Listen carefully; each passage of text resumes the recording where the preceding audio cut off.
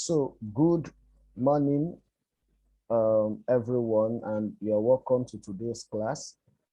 Our topic for today is international trade, finance, and foreign exchange policy. International trade, finance, and foreign exchange policy. And in the presentation, we will be considering the first thing, distinction between internal and international trade. Then we'll also consider reasons for international trade. And then the next will be trade theory. And then we'll look at the advantages and disadvantages of international trade. And then we'll consider the terms of trade, balance of trade, and balance of payment. The next we'll be considering is the foreign exchange policy. And then we will lastly consider the fixed and floating exchange rates. So for the first part we are considering, we are going to consider the distinction between internal and international trade. So the first is internal trade. All right, that's the first, internal trade. Okay.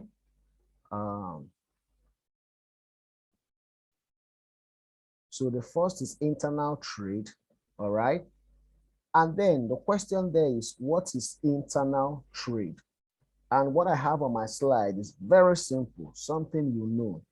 Internal trade is just the trade that takes place between two parties within the geographical boundaries of a nation, or you say within an economy. That is internal trade. Sometimes we refer to it as domestic trade or the home trade. So whenever, for example, I decide to buy either a pen or a pencil, all right, if I decide to buy a pen or a pencil, what will I call that? I will call that an internal trade. So I go to the store and I buy a pencil, that will be called internal trade. I go to the bookshop and I purchase a notebook, I purchase a textbook, that is called internal trade. So internal trade exists within the economy, all right? Every day you are engaging yourself in internal trade because you will either buy water, you will buy what to eat, you will buy drinks, you will buy your clothing. All of those things you do within the economy, all right, is internal trade. Even you trade between Lagos and Abuja, between Lagos and Kogi, between Lagos and Borno State, they are all internal trade. But when we consider international trade, all right, this is the trade that is involving two or more different countries, economies, and they are involved in trade. So when there is an exchange, all right, of goods and services for payment between two or more countries, that is called international trade. It can also be referred to as foreign trade. So whenever you see the trade, the exchange of goods and services, of course, you know that trade is an exchange for goods and services for what? For payment or compensation. So whenever you see the trade between Nigeria and China, the trade between Ghana and Gabon, the trade between South Africa and Russia, those are examples of international trade. They are also referred to as foreign trade. So let's now consider the difference between an open economy and a closed economy. All right. When you talk about an open economy, what do we mean? And when you talk about closed economy, what do we mean? You need to understand that in the old past or in the formal times we consider economics, when you talk about a closed economy, then we say, oh, this is an economy that does not engage in international trade. This is an economy that does not have another country as a trading partner.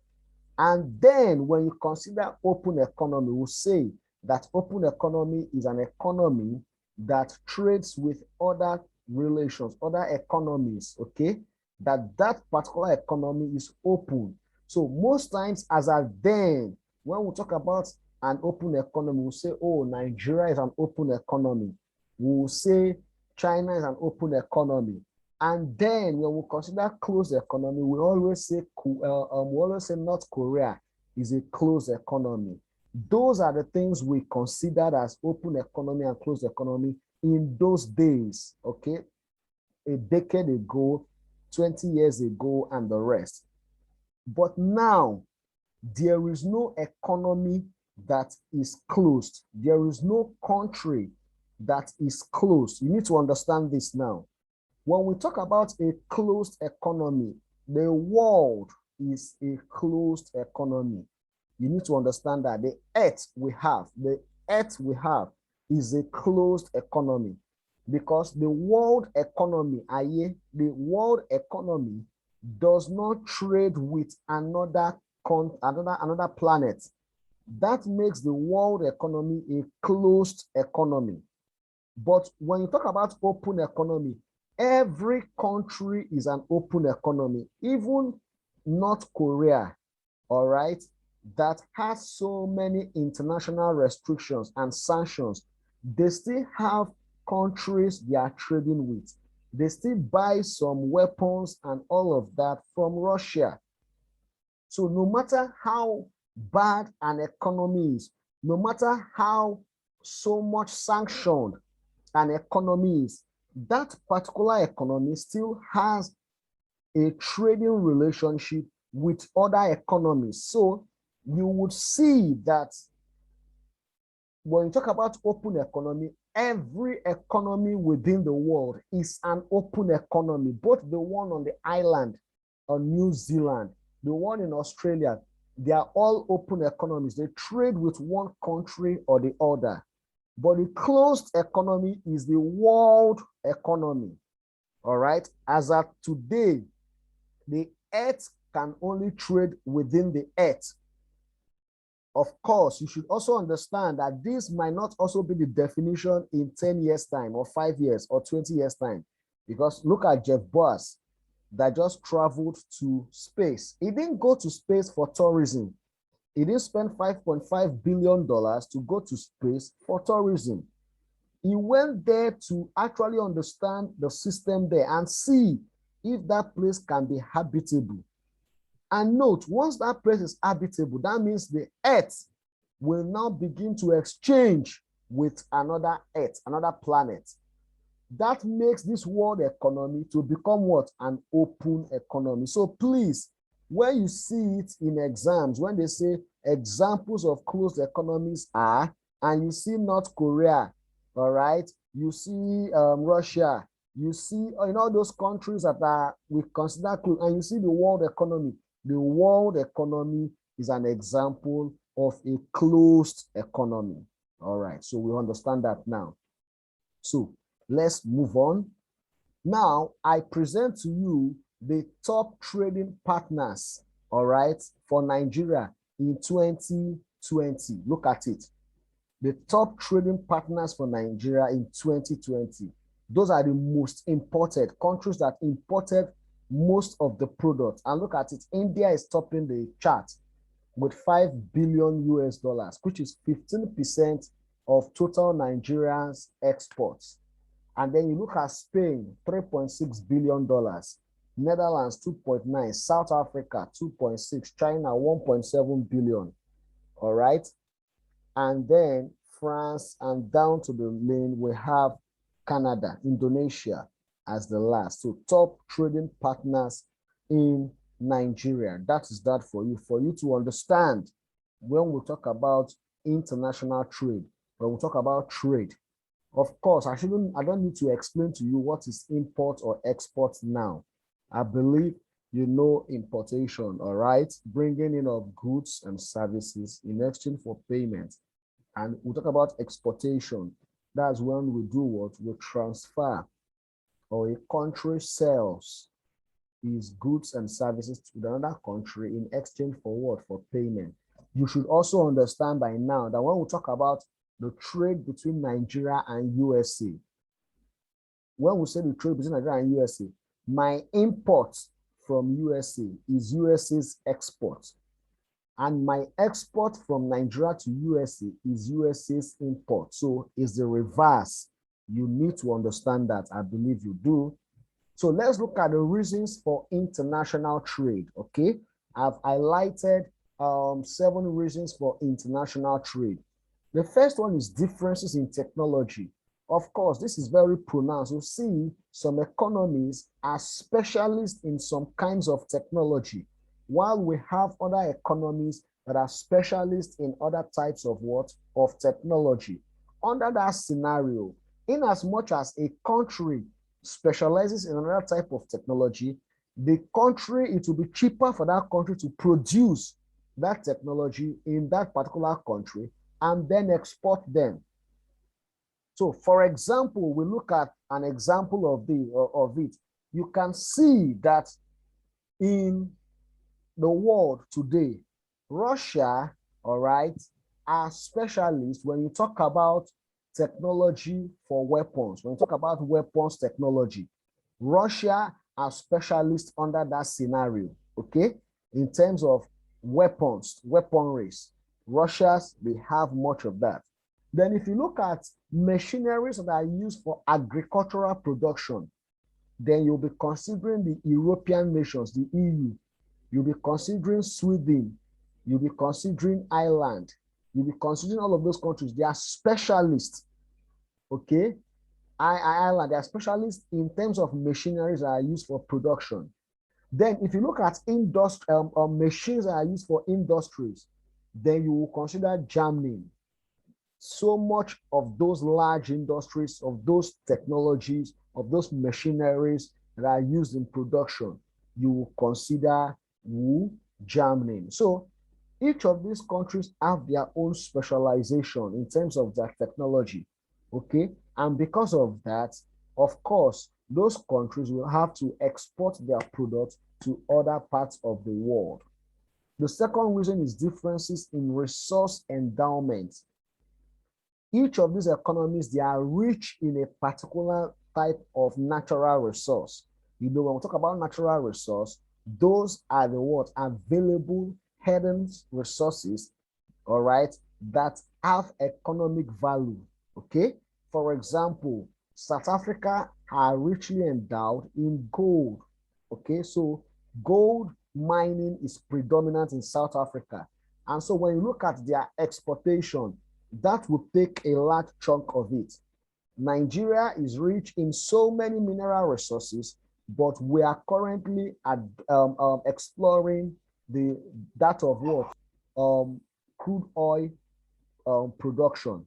So that is why you will see that Nigeria, for crude oil production, we are endowed in terms of crude oil, and so we will export that. So countries have different resource endowment. Brazil, because of their Saharan and the tropical region, they are richly blessed with the tropical regions that are needed for agricultural production. And that is why you see that for Brazil, they are endowed in terms of agricultural production. Again, we look at the reduced dependence on your local market. That's another reason for international trade. Most economies want to reduce or lessen the much pressure on local markets, because when the local market cannot meet the demand, prices will increase. Then in order for us to curb that increase in price, we allow for what? Importation. That is a reason for international trade. For example, you remember when Nigeria's border was closed, all right, from importation of food staples such as rice and beans and all of that. What happened? The local production, the local content, the local producers, they could not meet up with the production of the demand by Nigerians. And since they could not meet up with that production of demand for Nigerians, what happened? The prices of those food staples increased, and the pressure was much on the local market until that point where the government felt, oh, there is a need for us to lessen or remove these restrictions. And that is why we now have partly the border opened for importation of other goods. So to reduce that dependence on your local market, there is a need for you to engage in international trade. Again, because of increased efficiency through innovation, sorry, that was an error. Because of increased efficiency through innovation, there's a need to be involved in international trade. Of course, innovation is the birth of so many things we see on the earth. So due to innovation, due to massive investment in research and development that leads to innovation, this will cause many economies to engage in international trade. Most of these economies are aggressively pursuing innovative ideas.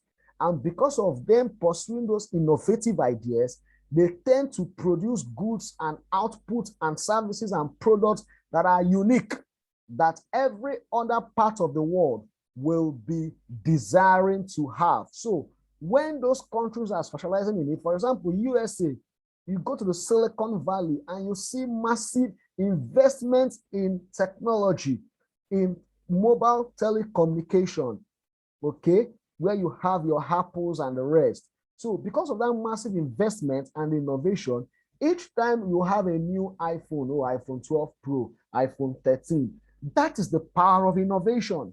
And everybody begins to desire to acquire an iPhone 13. So that explains the reason for international trade. Again, we talk about increased productivity. So when you develop or design new methods of doing things, moving away from labor intensive to capital intensive, what happens? You will be able to increase your production, and as such, you export. An example is Brazil. There was a time Brazil was only producing for their own local needs, okay?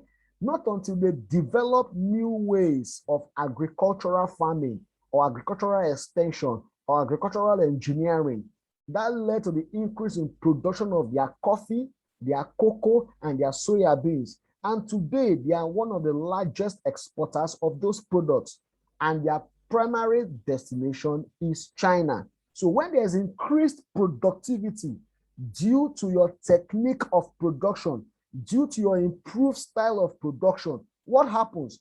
You are likely going to engage in international trade.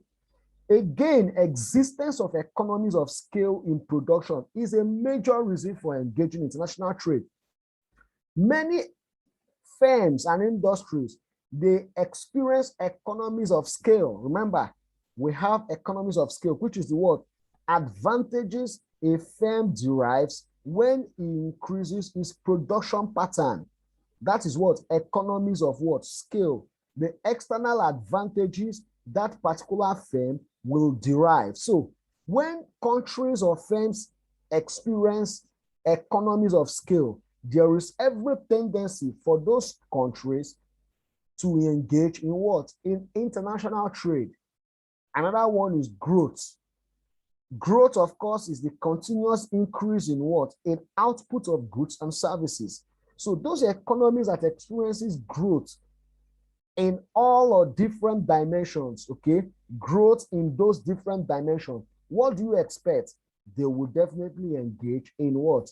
International trade. So these are the 7 reasons for international trade. Of course, there are others, but in one way or the other, anyone you are listing is embedded in this particular 7.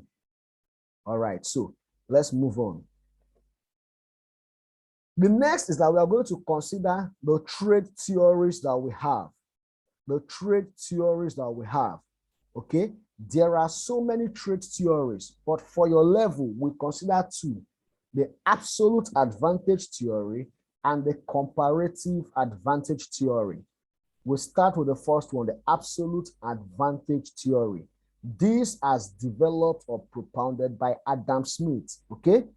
Adam Smith explained the need for trade. And what does he say? He simply said that a country should engage in trade in as much as the country has an absolute advantage over a production, over the production of a product, all right? And that country has that advantage over that single product. So if we have two countries, A and B, and two of them produces commodities X and Y, if with the same resources, country A can produce more of commodity X than Y, we say that country A has an absolute advantage in the production of commodity A. And if on the same vein, country B can produce more of goods Y, all right, over X, then we can say that country B has what? An absolute advantage in producing what? Commodity Y. So if, for example, we consider Nigeria and we consider Japan, and we say that Nigeria can produce one electronic computer or 10,000 cases of wine. That is two things. It can produce one electronic computer or 10,000 cases of wine with 1 unit of resource. All right. While Japan can produce 2 electronic computers or 5,000 cases of wine with 1 unit of resource. Now, let's consider that Nigeria shifts 1 unit of its resources from producing computers to producing wine. Okay? So if it moves 1 unit of resources from producing computer to producing wine, Nigeria will produce 20,000 cases of wine. Have you seen it? Okay? And that tells you that Nigeria has an absolute advantage in producing what? Wine. But if Japan moves its resources from producing the cases of wine to electronic, that means Japan will produce 4 electronics, while Nigeria will produce 2. That shows that Japan has an absolute advantage in producing what? Electronics. So in terms of absolute advantage, we consider the returns. We just consider the returns involved in production. Let's look at the comparative advantage theory. In the comparative advantage theory, that was founded by David Ricardo. David Ricardo considered the opportunity cost that is used in production. That's what David Ricardo considered. The opportunity cost that was used in production. So before you begin to compare 2 products and to know the one that has a better advantage, you need to consider the opportunity cost of providing that goods. So you consider the relative efficiency in producing the 2 goods before you can begin to juxtapose between them and conclude that, oh, it is country A that has an absolute advantage of, has a comparative advantage, over country B. So let's make an adjustment to our formal analysis. And we say that assuming Nigeria produce 1 electronic computer or 4,000 cases of wine with 1 unit of resources, and Japan produces 2 computers and 5,000 cases of wine with 1 unit of resources, you will see that Japan, under this case, is more efficient in producing 2 of them. 2 electronics, 5,000 cases of wine. All right? But what happens if the world output of both goods increases? If Japan specializes in the production of computers and Nigeria specializes in the production of wine, you will see that the opportunity cost of Japan producing 5,000 wine is 4,000. The opportunity cost of Japan producing 5,000 wine is 2 electronics, while the opportunity cost of Nigeria producing 4,000 wines is what? 1 electronics. So you begin to calculate the opportunity cost amongst them, and then you compare. So for Nigeria, moving 1 electronic computer or 4,000 cases of wine, and Japan moving 2 electronic computers and 5,000 cases of wine. You will see that it is more comparatively, you have a more comparative advantage for Japan in producing what? Computers over what? Nigeria. So you need to understand that idea of comparative advantage. Those are the two theories that you need to understand under this particular what? Analysis. Let's now look at the advantages and disadvantages of international trade. Very simple. The first advantage, it leads to specialization of resource allocation. So we now know, oh, country A, they specializes in the production of this particular product. Country B specializes in the production of this particular product.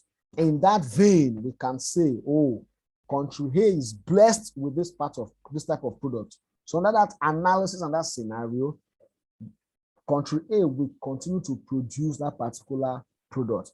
Again, it leads to competitive pricing, and competitive pricing will lead to stabilization. Example, you look at Nigeria.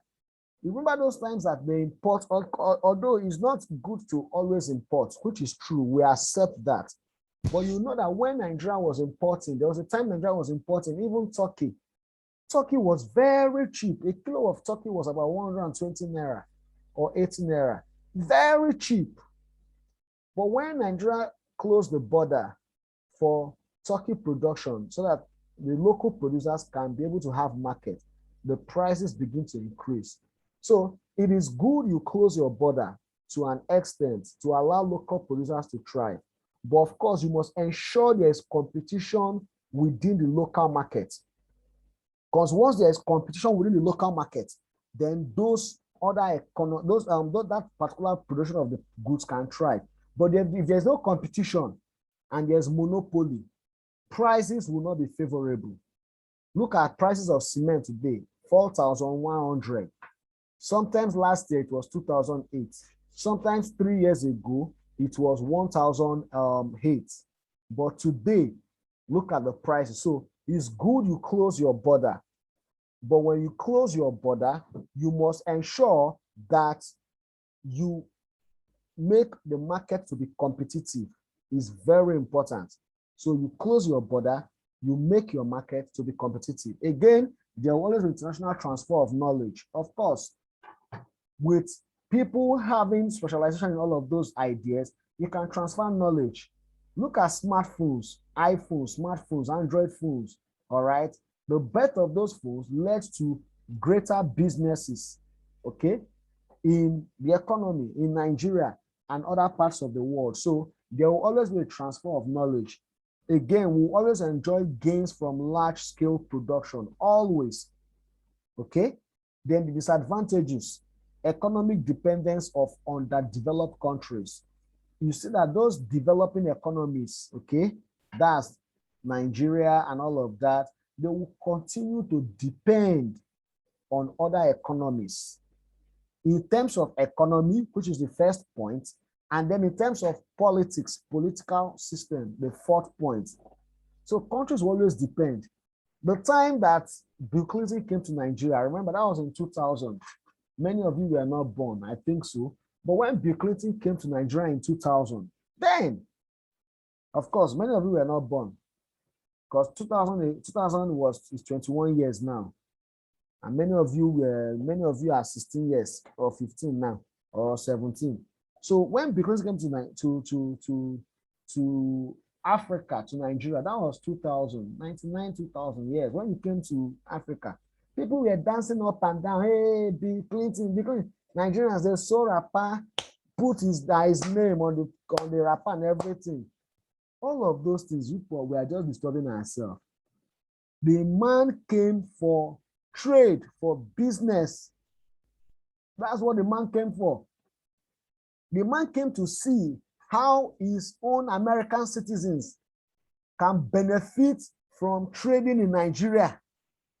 So once you keep depending on importation, keep depending on other economies, you will be economically dependent. Same, you'll be politically dependent. In a way, another one is that it can lead to import of harmful products and unfair trade practices. Nigeria does not produce gun. I know you will say we have our local gun, but in terms of AK-47 and all of that, Nigeria do not produce them.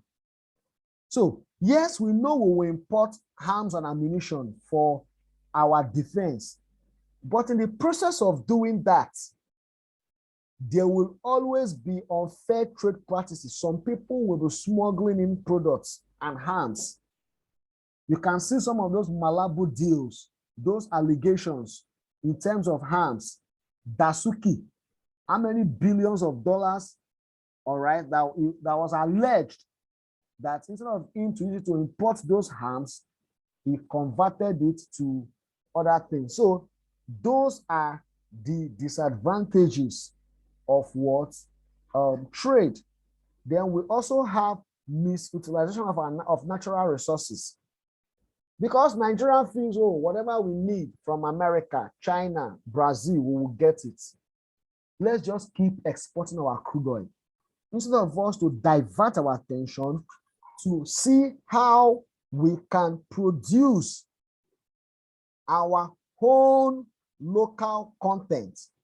And then when we produce our own local content, we'll refine the crude oil to petrol.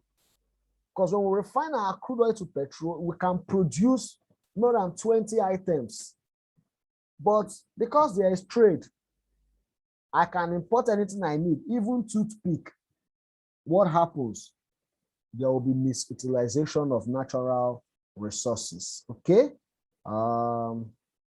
So before I move to terms of trade, balance of trade, and balance of payment, I think at this point, I will entertain questions if there are questions. Okay? Then while I know that I locked it and some people want to come in, so I will unlock now for people to actually come in. So what is the question? Okay, I think maybe you are raising your hands for people that are waiting out. So so you asked a question, Victoria, that how can an economy that massively depends on import begin to enjoy exportation and begin to produce what they need or what they want to the extent that they will begin to export? Very simple. In economics, we call it the supply side economics, supply side. You remember the sales law, supply creates its own demand. That theory is very simple. It's saying there is a need for economies to massively invest in local production and design policies that will spur the production of local goods. So you consider policies that will promote the small, medium, and large-scale enterprises. You consider policies that will provide resources, finance, available to local producers. You begin to design policies that will encourage local content. In Procurement Act, for example, when government wants to procure, all right, they can buy from abroad and all of that. You can design laws, policies that will ensure, all right, that producers within Nigeria, you buy their products, all right? So it is very, very, very important. That's what we call supply side policy. That is what even the CBN is trying to do now. CBN has come up to say, commercial banks, for you to actually loan out goods, for you to actually loan out credit to industries, consider the real sector. Don't just give out loans to those that want to import fuel, those that want to import clothes, those that want to import goods. Consider the real sector, the producers in Nigeria. Consider the tailor. Consider the fashion designer. You go to the Aba market, Aba, that is a world on its own. If you empower them and provide the adequate resources to actually buy the main or the good machineries, in Aba, you can produce fabrics, materials, leathers that can match with international standard. Look at the innocent motors, for example, are meant to understand that they are involved in production of cars, construction of cars. If you provide the resources that is available for them, I bet you they will effectively be able to produce what we need. So it boils down to we understanding what we need and then stimulate our local production. I think that answers the question. Dotun Virtue, what's your question?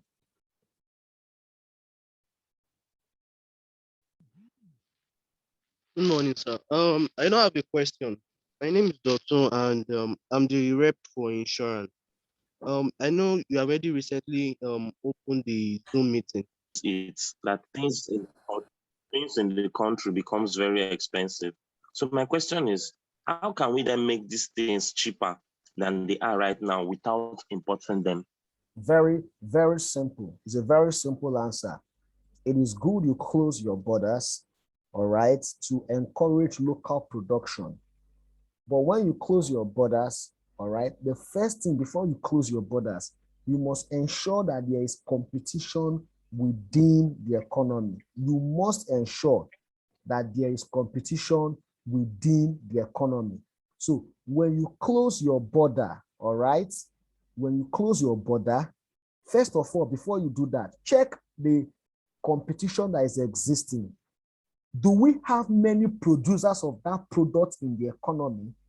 If yes, close the border.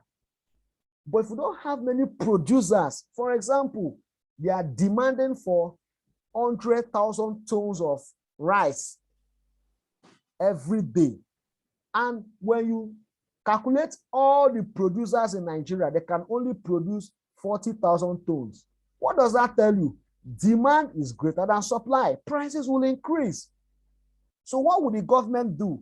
The government would devise, we need to begin to sensitize people and then tell them, can you produce rice? Can you start producing rice? You take up a call, all right? You take up a call for as many that want to produce rice and say, please, we are going to support you. Okay, write a proposal. We are going to finance you. So when you write a proposal, we agree we are going to finance you. Then what do? We bring in what? Many producers. So you will now see that those local producers that were producing 40,000 tons, we now increase from 40,000 tons to 60,000 or 80,000. Once there are 80,000 tons and then the demand is 100,000 tons, you can close the border because the margin is just 20,000. Once you close the border, other people will see an incentive or a market in that particular production of rice. And before you know it, you will now see 120,000 producers. From 120,000 producers, it becomes 150,000 producers. What happens? Supply is now greater than demand. The price will fall. So very simple, before you close your border, you must assess the local capacity of that goods you are closing out with. When you assess local capacity, you must ensure that competition exists. That's what happened in telecommunication industry. Again, the first telecommunication industries then, they were, Econet. Econet started, but they were the only monopolists. Services were bad. You call, it will hang up. They were charging per minute. Before you know it, MTN entered the market. When MTN entered, services improved, but it was still per minute. That time when you flash, once you flash, once it reaches 00, once 1 minute is gone, 48 naira. That time we use when we want to call, we'll call. Once you do bang, you cut it. So as at then, not until Glo came into the market, it is a lot, the prices now fell. So you must ensure or create a market for competition before you do that. Daniel Vincent, your question, please. Thank you very much, sir. I just asked you, that's what you answered, sir. All right, okay. Abubakar Suleiman, your question, please. Okay, since international trade involves buying and selling between two countries, what are the procedures that a country must follow before you can trade with other country? Of course, you have the Ministry of International Affairs. You need to assess what you want to supply, what you are willing to sell. All right. You need to scout or analyze other countries where those particular products can be sold, and you make a proposal. So when you see a president visiting another country, he's not going there to shake hands with the president. He's going there to sell the product his own countrymen are producing, because the president is a man of everybody. So what is supposed to be is that when Dangote begins to produce his oil, his petrol, for example, in this Lekki year, and then he has a lot of capacity, what will Buhari do if Buhari is the president by then? Buhari will go to other countries, will go to Ghana, pay a courtesy call to Ghana, go to Ethiopia, pay a courtesy call, and tell them, wow, we are welcome, Mr. President. How are you? I'm fine. Oh, you're welcome. You're welcome. Well, as Ethiopia? Fine. As Nigeria is good. You can see our new refinery is now producing 20 million gallons of petrol every week. And that is massive. You know, your country can benefit from it. We can engage into some trade relations whereby we will reduce the export duties that you will pay when you want to export our petrol. You are selling the products of Nigeria. So when countries go to courtesy call, courtesy visit, you see this person paying a 3-day working visit. A president of that country is to discuss trade relations and trade ties. When they go for UN summit, World Economic Forum, G7 meeting, G8, G20, they are there to discuss business proposals of their country, not the one of we are traveling for medical attention and to go to hospital. So when a president goes out, is to sell his country. That's how it is. All sick. Your question.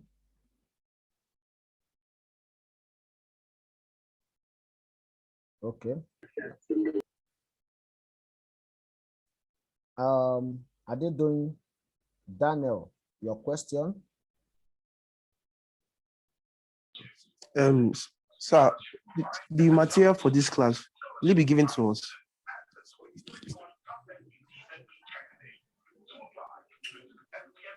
All right, so we will continue with the class now. We will continue with the class. All right, so we will continue from where we stopped. So let's move on to where we stopped. So let's look at terms of trade, balance of trade, and balance of payment. So what's terms of trade?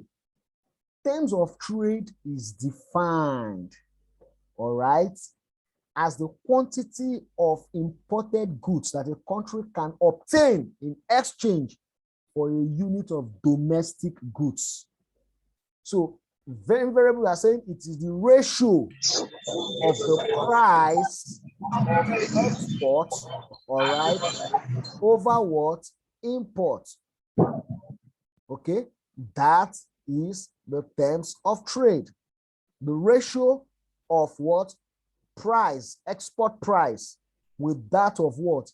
Import. That is in terms of what? Trade. So you are just trying to look at what extent can you exchange the prices of the quantities of your own imported goods over my own domestic goods. All right. So if these terms of trade is more than 100, that means my own goods is more expensive than that of the other countries I'm importing. But if terms of trade is less than 100.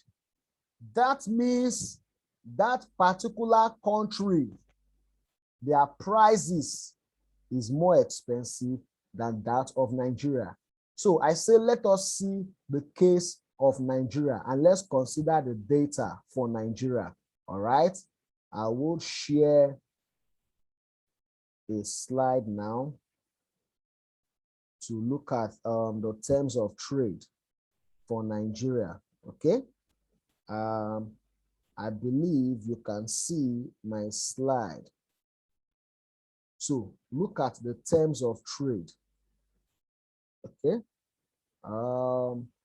My class governor for the class, can you see the Excel file? Yes, I can see it. All right, okay. So you look at the terms of trade in terms of different products. The first one, live animals. We have vegetable products. We have prepared foodstuff, mineral products, products of the chemical and allied industries, plastic, raw hides and skins, leather, wood, all right, textiles, different categories of what? Goods, okay? And this is the all product terms of trade. And look at it.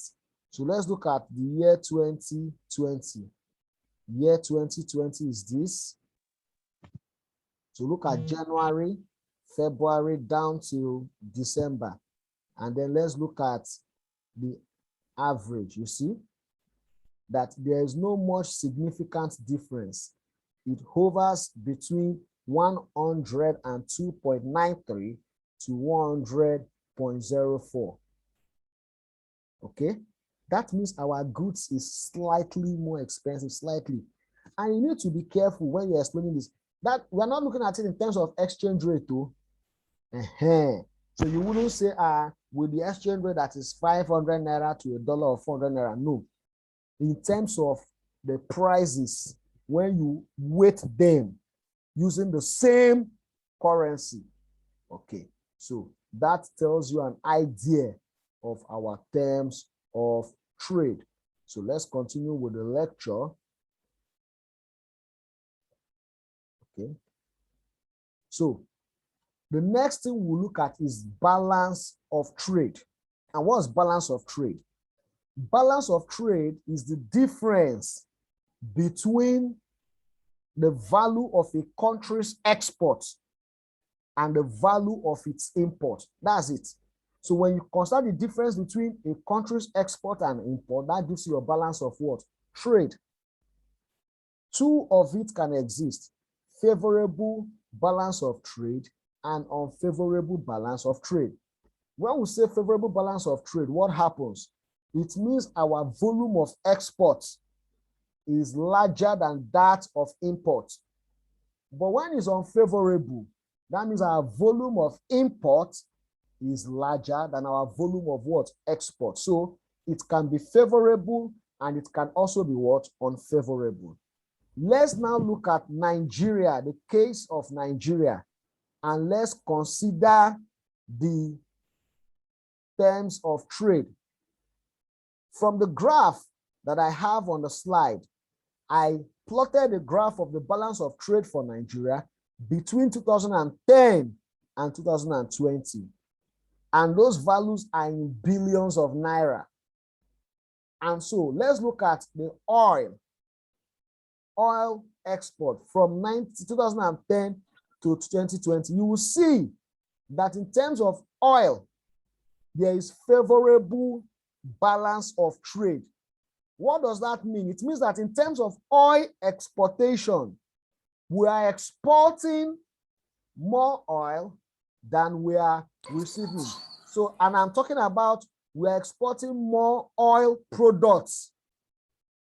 We're exporting more oil products than we are what? Receiving. And look at it, it has hovered around 9.495 trillion in 2010. And as of 2020, it was 9.016 trillion. So in terms of oil, we have favorable balance of trade in terms of oil. We have what? Favorable what? Balance of trade. Let's now look at non-oil. In terms of non-oil, you can see that it is negative throughout. Between 2010 and 2020, 11 years. And 2010, it was a negative of 5.7 trillion naira. As at 2020, it is 17 trillion. What does that tell you? It means two things. One, our export in non-oil is worsening. Two, our import of non-oil products is what? Increasing. So look at that margin. You can see the slide. From 5.9 trillion, it nosedived to 17 trillion. Look at between 2018 and 2019. Just between 2018 and 2019, it increased from 9.9 trillion to 16 trillion. That should give you an idea of the structure of our economy and how our economy looks like. All right? Then look at the total terms of trade. Okay? By the time the oil mixed up with the non-oil, we are still experiencing unfavorable balance of trade. But in 2014, see, 2010 down to 2014, we had favorable balance of trade. While between 2015 and 2020, we had 2, 3, 4 unfavorable balance of trade, and 2, just 2017 and 2018. 2020 was the worst, 8.168 trillion naira. Let's move on. Let's consider balance of payment. And what's balance of payment? Balance of payment refers to the record, all right, of transactions between one country in terms of its receipts and payment between another what? Country. So balance of payment looks at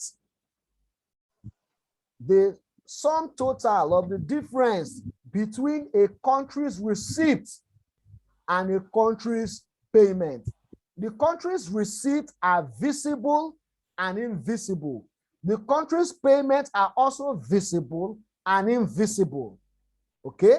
So when I begin to look at all a country received and check it out against what the country paid, that is what we call what? Balance of payment. In balance of payment, it can be favorable and it can also be unfavorable. When we have a favorable balance of payment, that means the country's receipt is greater than its payment. But once it's unfavorable, under that case, the country's payment is greater than the country's receipt. In balance of payment, there are 3 parts you must consider. 1, the current account. 2, the capital account. And 3, the official financing. In the official financing, we can call it official settlement. In the current account, that deals with trades, goods, and services, both visible and invisible. So when consider current account, we are looking at what a country received and paid with respect to the goods and services. Under the goods, that is visible, trade, we can see it. Cars, oil, cocoa, granite, milk, okay, machines. And then services, they are invisible, we can't see them, such as tourism expenditures, health tourism, flights, okay, payment for international consultancy. All of these are invisible. All right. They are all in the current account balance. Then we look at the capital. Under the capital account, we have the long-term and short-term capital. Under the long term, we have the direct investment. And under the short term, we have the portfolio investment. And when we talk about direct investment, we are saying when there is a transfer of knowledge, technical skill, machines, and installation of plants by an expatriate or a foreigner from his home economy into a host economy with the purpose of producing. That is what? Foreign direct investment. There must be a transfer of knowledge, of skill, of technical know-how, of machinery, of installation of plants. Examples of the foreign direct investors we have in Nigeria, we have MTN in the telecommunication industry from South Africa. In the oil industry, we have Chevron, we have Shell, all right? We have Ajib. Do they still exist? Okay. Chevron, Shell, Chevron, we have Shell, we have Total. In terms of foreign consultants, we have BCG, we have McKinsey. All these people, when they come, direct investment, they must build, they must install. Their presence are known and are seen. In the fast moving consumer goods, FMCG, and retails, we have ShopRite. Of course, they will soon close. They are leaving the country very soon, maybe at the end of this year. So when we talk about direct investment, there must be installation. But in portfolio investment, you only bring in your fund, your liquidity into the economy, either into the stock exchange market or either into the capital market. And once you bring in your money, you can withdraw it overnight. So those that come in, foreigners to buy shares in stock exchange and can easily withdraw their money, their portfolio investment, all of them are recorded in the capital account. So we have the foreign direct investment net inflows. We have outflows.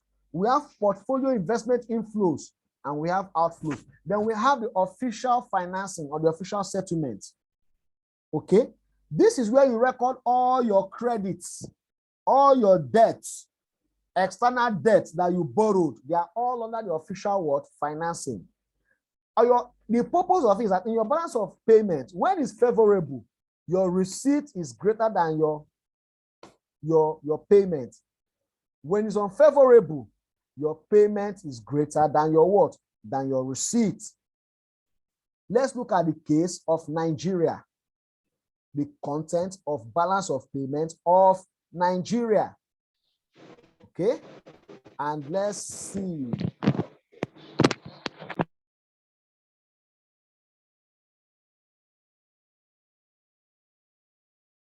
So I would go to the slide where I have my balance of payment for Nigeria.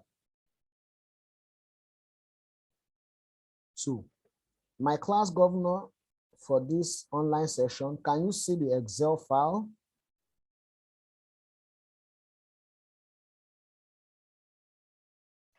Yes, I can see it, sir. All right. So let's look at the balance of the balance of payment for Nigeria. So you see, it's divided into the current account. Look at the current account. What do we have? These values are in millions of naira. Okay, so that's over 1,184 trillion. Okay, sorry, this is in millions, billion, trillion. Yeah, 1,184 trillions for the current account. So you see the items you have in the current account: export and what? Import. Under export, we look at our crude oil we are exporting. We look at the non-oil we export. That means we're exporting electricity. And we started doing that, all right? We export electricity. Then we look at our import, what we are importing to. Again, crude oil and non-oil. So these are the goods, current account, the goods. Then look at the services, transportation, passengers, all our flights, all the flights we have been traveling up and down, they are all recorded here. Services, travel, you see, we have business travel, we have personal travel. Those are running away to Canada and Nigeria and America, all of them are recorded here. Personal travels, insurance services, communication, construction, financial services, royalties, other businesses, cultural and recreational services, tourism. This is where tourism comes in. Okay, so we have the payment side, we have the income side. Okay, current transfers. Then look at the capital account. Under the capital account, you see where we have all of these asset transfers, capital transfers, direct investments, equities, portfolio investment. For those who are in finance, you will do a lot of this. But just for you to have an idea of our content of our balance of payments in terms of our capital account and in terms of our current account. We have the liability section and all of that. So you see the net errors, that's the official settlement. The official settlement. And then we have other items. So this is just to give you an idea of the exchange. Okay.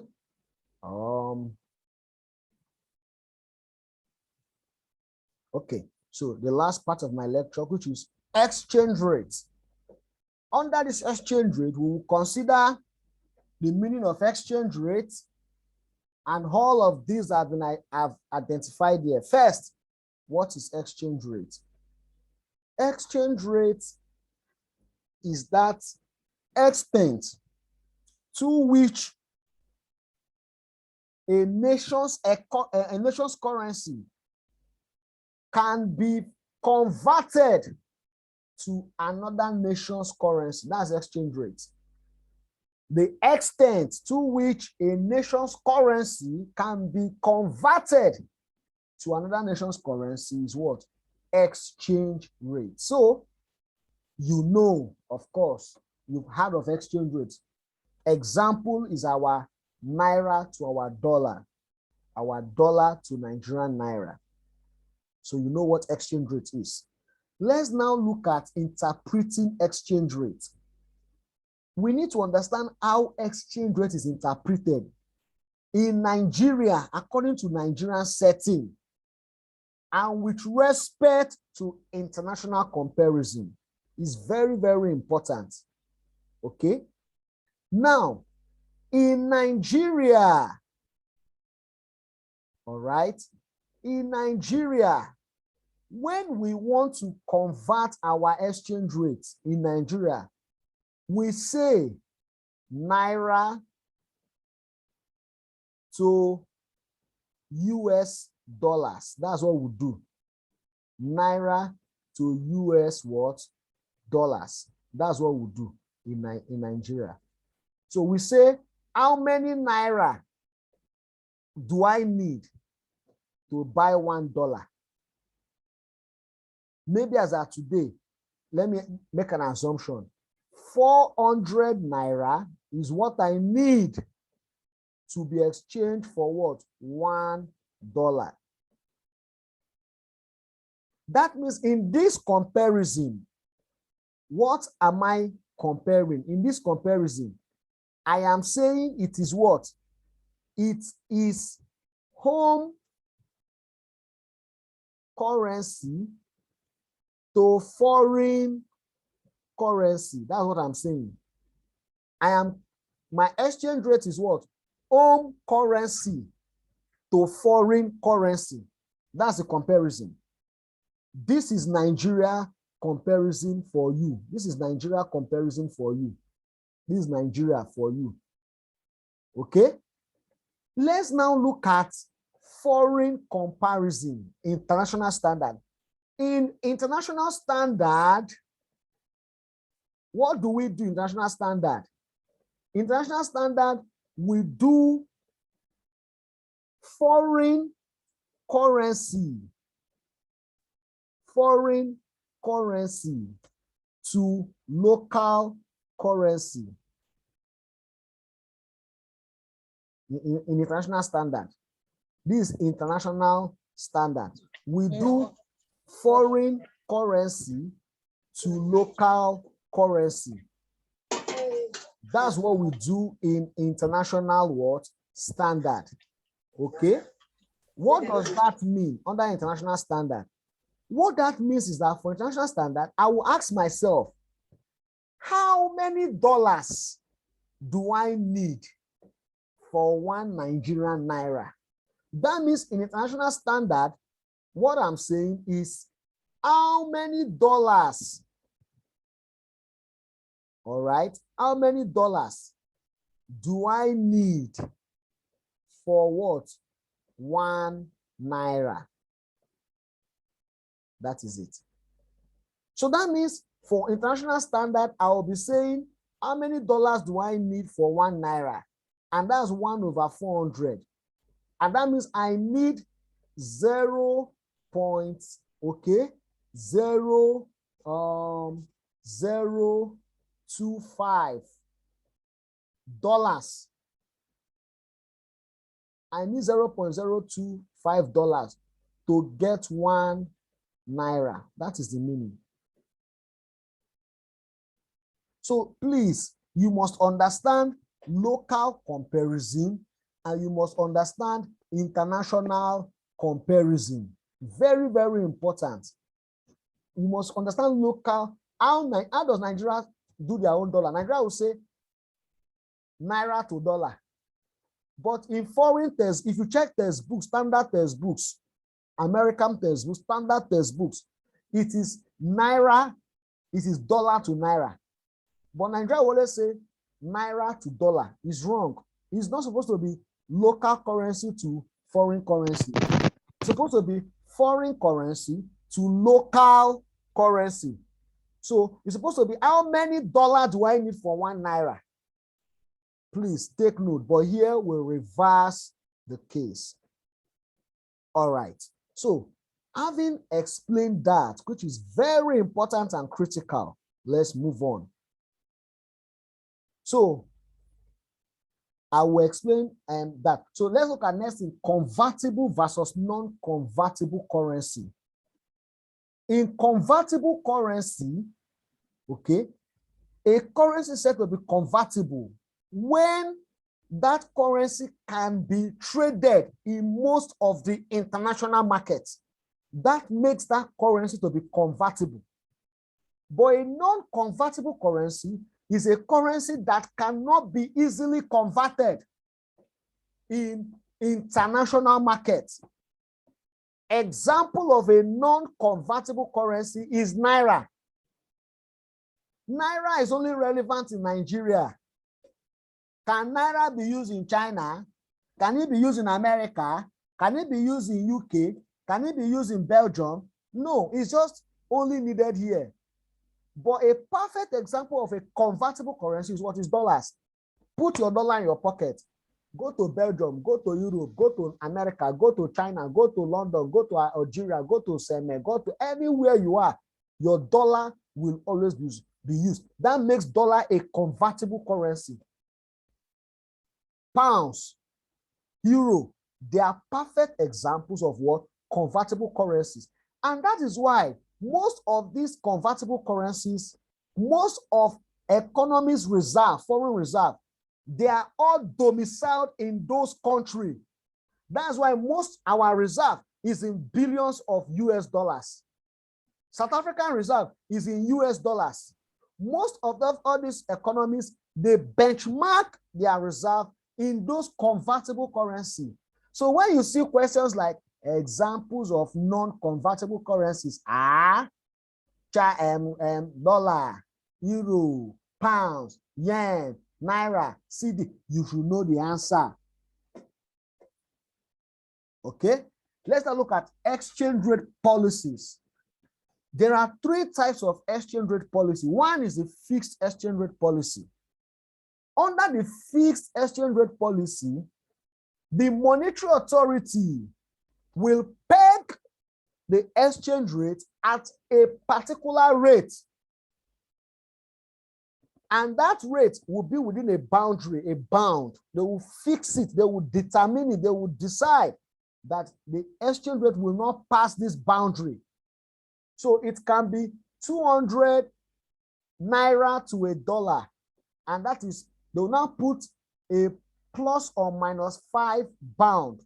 That means exchange rates for Nigeria should hover around 195 naira to a dollar to what? 205 naira to a dollar. They've pegged exchange rate at 200 naira to a dollar plus or minus 50 basis points. So once you see that plus or 5 minus, what they are telling you is that the currency, the exchange rate will always be between 195 naira and 205 naira. Economies have practiced the fixed exchange rate. We will see in Nigeria when we practice them. Then flexible exchange rate policy. Under the flexible exchange rate policy, you allow the demand and supply of your currency to determine exchange rates. And remember, note, for example, using naira and dollar, Nigeria does not have the power to produce dollar. I hope you know that. Same with America. America does not have the legal power to produce naira. America only has the jurisdiction to produce dollar because that is their official currency. Nigeria only has the power and jurisdiction to produce naira. This is our official currency. So it must not be the case that Nigeria start producing dollar. What does that mean? It means that if Nigerians need dollar, they will approach CBN and tell CBN, you are our banker, you are the Bank of Nigeria. We need dollar to travel to America and China to import our goods and our container. Please give us dollar. CBN will have to produce or provide the dollar. CBN will ask Nigerians, experts, those big businessmen, all those importers and exporters, where's your naira? They will exchange. How did CBN get the dollar? Nigeria export goods, example, our crude oil. When we export our goods to, for example, America, America is supposed to pay us our naira. But because our currency is not convertible, CBN, acting as the banker to the federal government, will tell America, pay us your dollar, take crude oil. That is a source of foreign exchange earnings.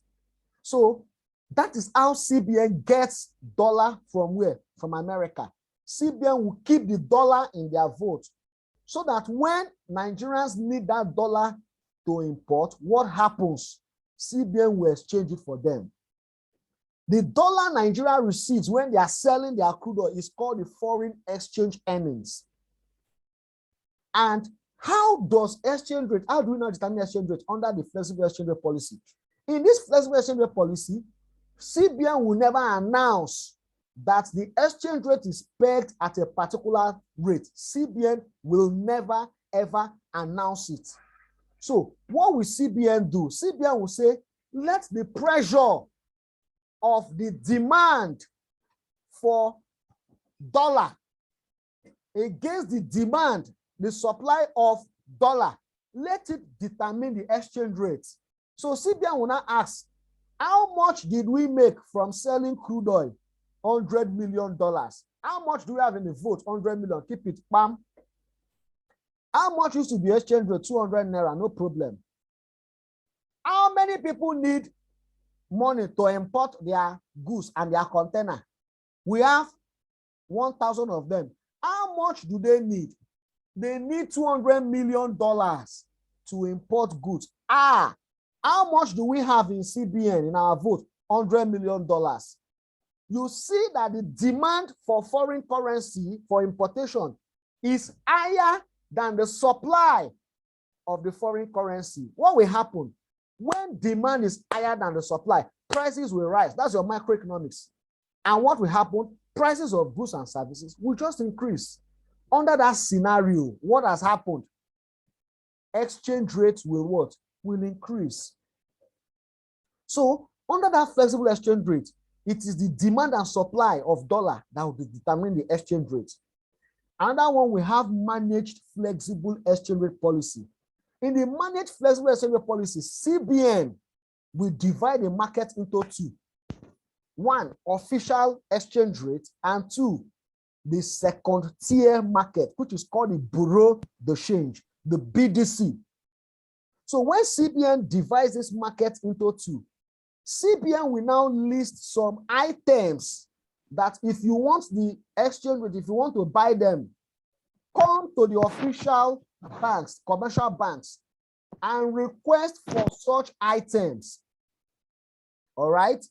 While for those ones that need some particular goods in an economy, meet a particular what? Commercial, meet the abokis, the Bureau de Change for exchange of that goods. So for example, if I want to pay school fees abroad, I want to travel, I need traveling allowance. I want to import machineries that are needed for agricultural production. Those lists, they're about 41, I think they're about 41 items, I can't remember.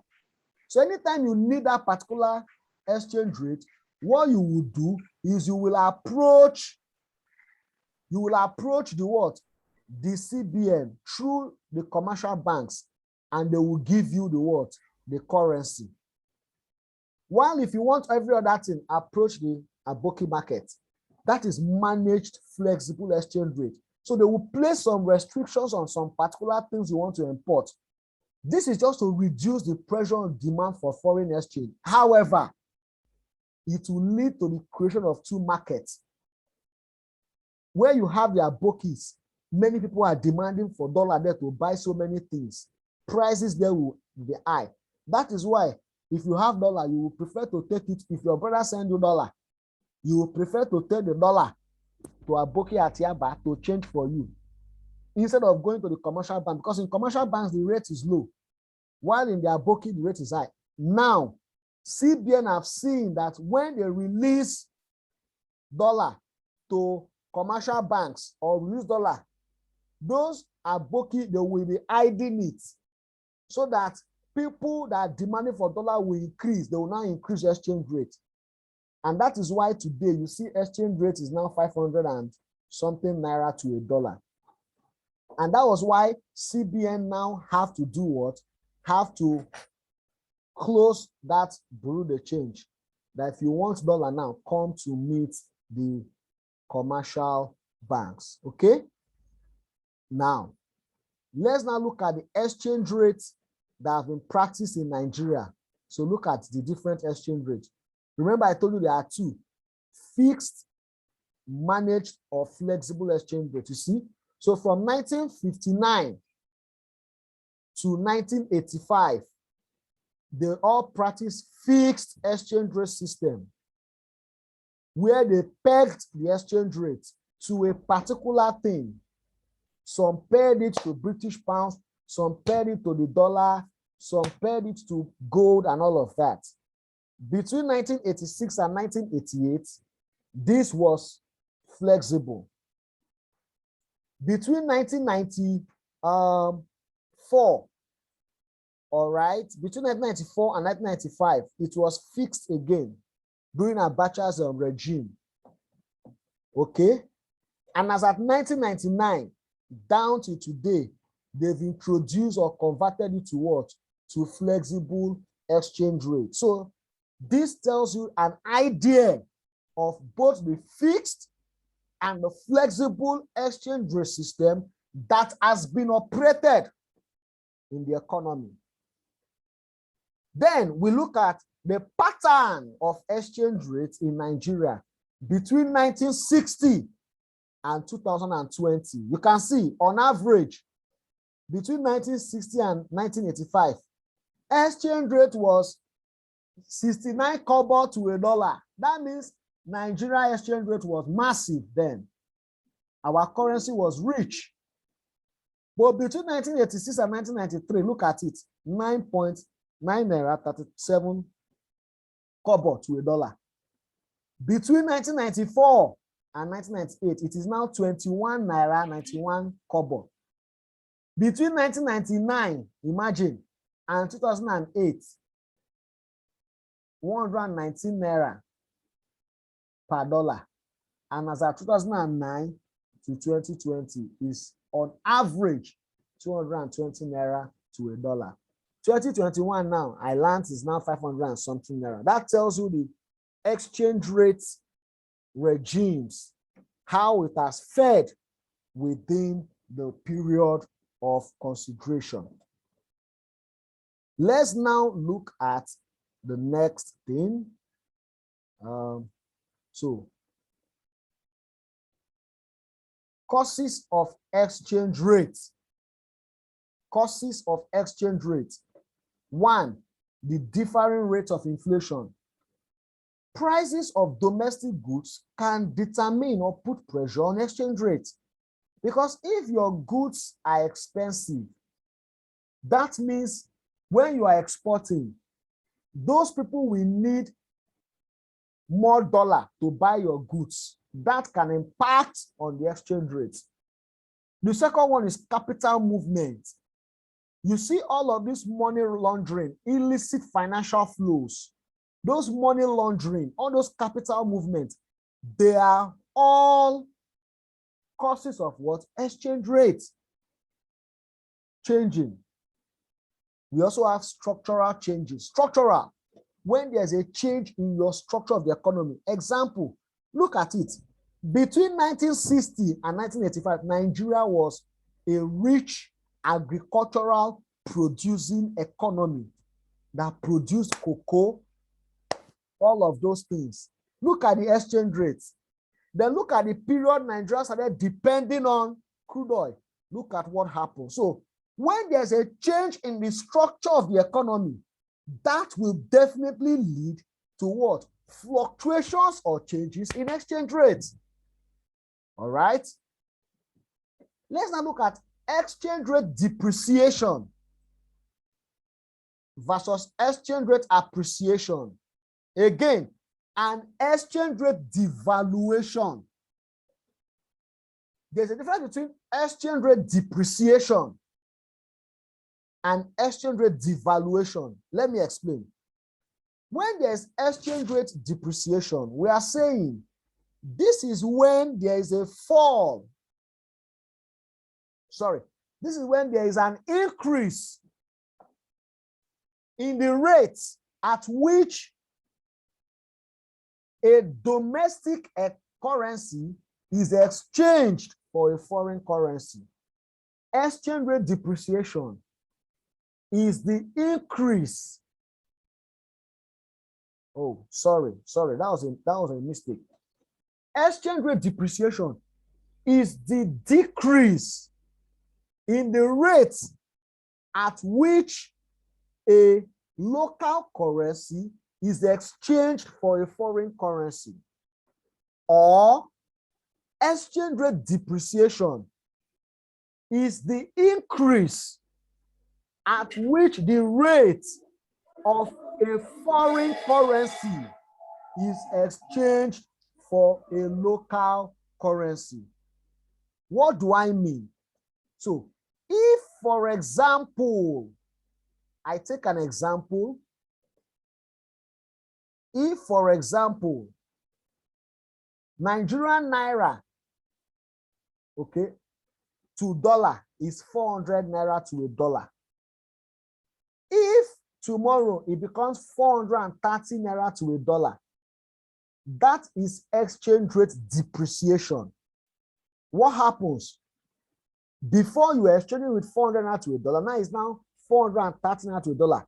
That is what? An increase in the rate at which a domestic currency is exchanged for a local, for a foreign currency. Assuming it was 400 naira to a dollar today, tomorrow it became 380 naira to a dollar.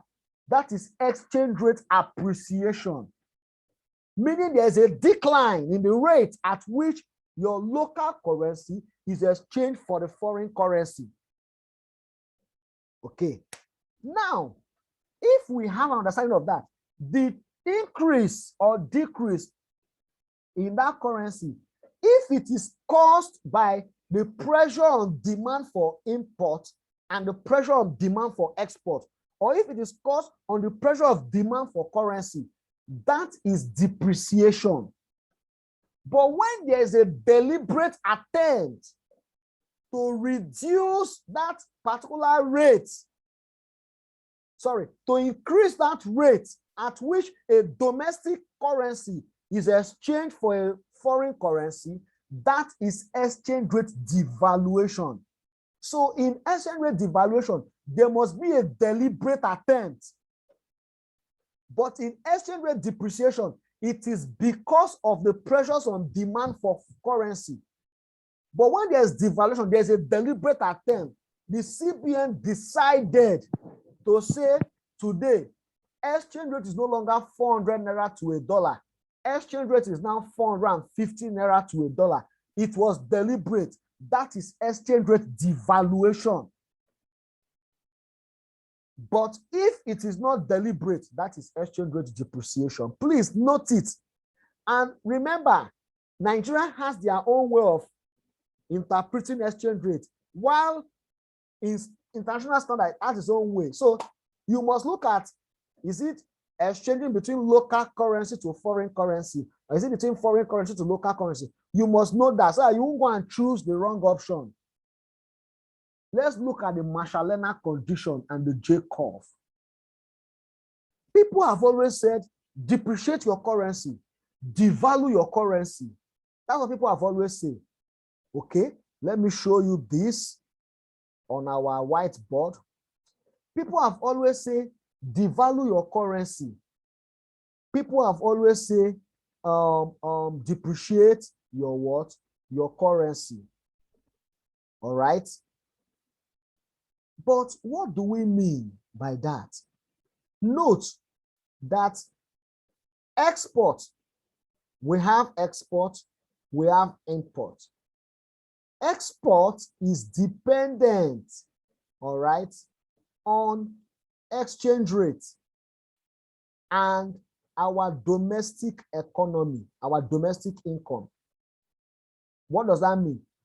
For me to export my goods, it is dependent on the exchange rate and, and world foreign income is dependent on the exchange rate and what?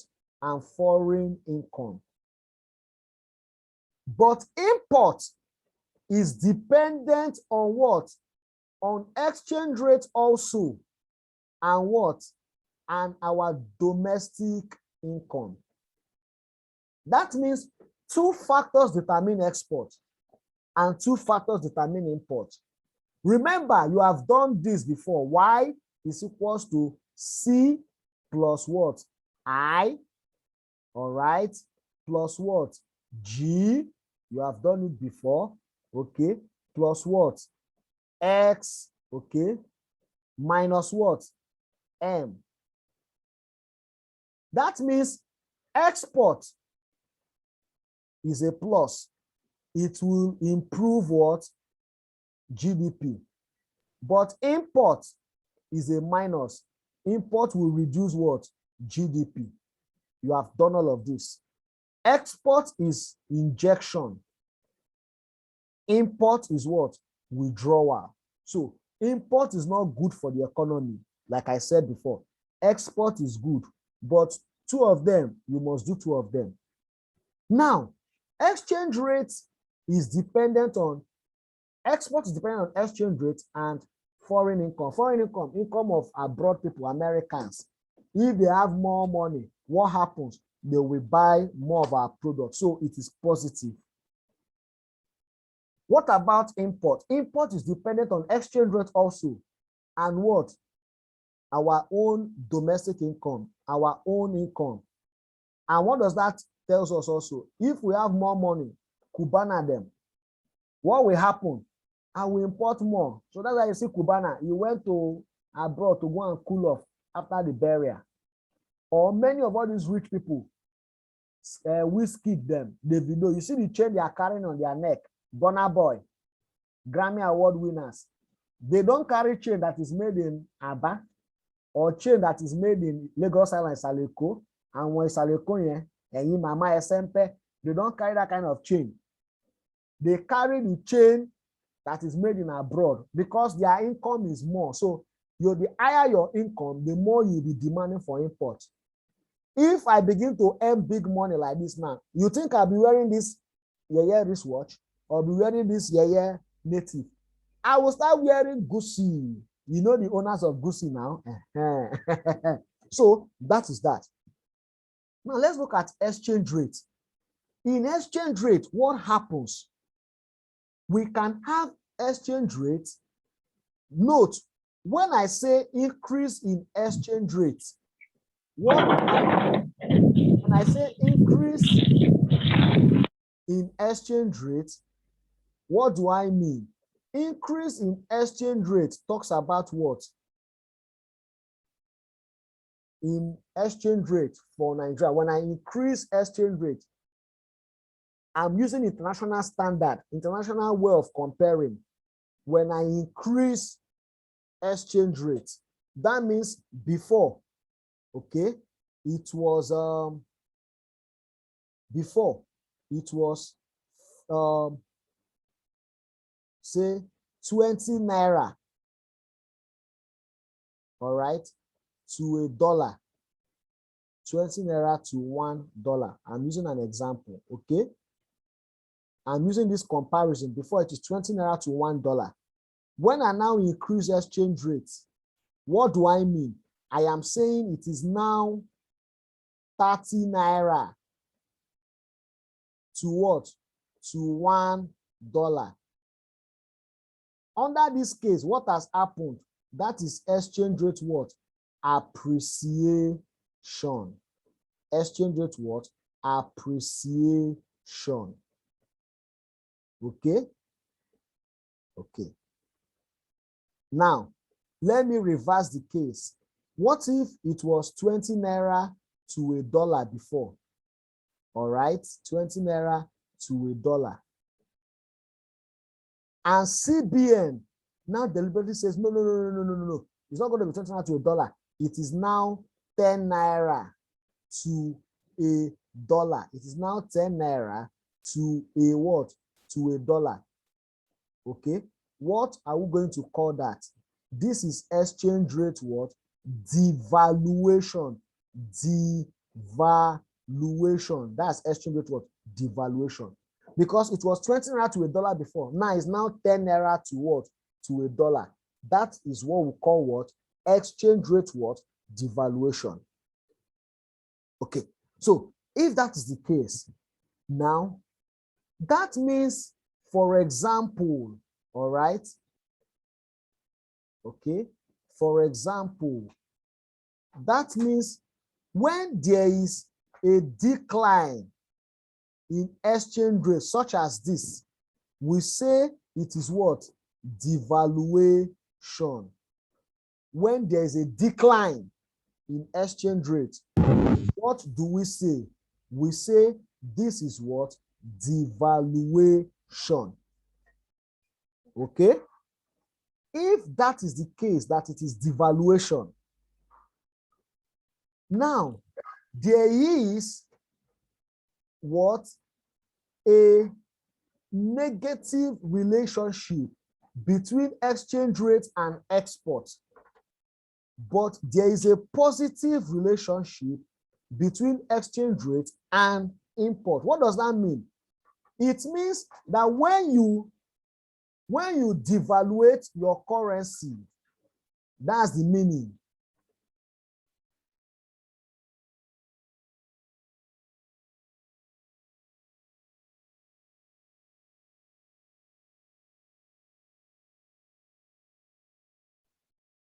All right, sorry. So it means, yeah, sorry, I am back. So it means when there is there's a negative relationship between exchange rate and export. What does that mean? It means when you reduce exchange rates, okay, when you reduce exchange rates, what will happen to export? Export will what? Increase. That means when you devalue exchange rates, all right, what should happen to export? Export should what? Export should increase. Because when you devalue exchange rate from 20 naira to now 10 naira, you are making your domestic goods to be cheap. You are making your products to be cheap.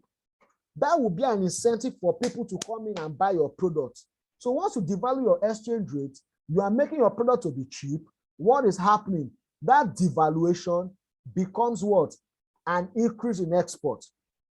However, when you devalue your exchange rate and make it to be cheap, that will make import to what? To decline.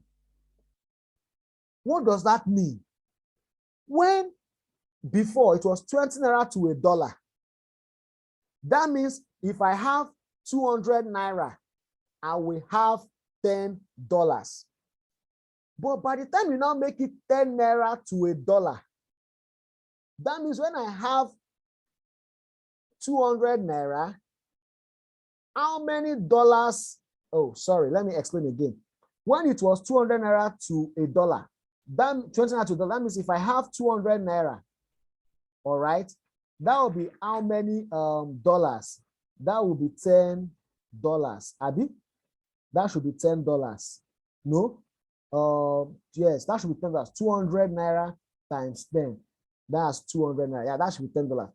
But by the time it's now 10 naira to $1, that means if I now have 200 naira, okay, how many dollars are we going to have?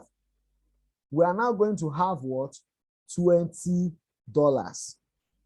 Okay, that is an increase in what? Supply of dollar. That will instigate people to buy.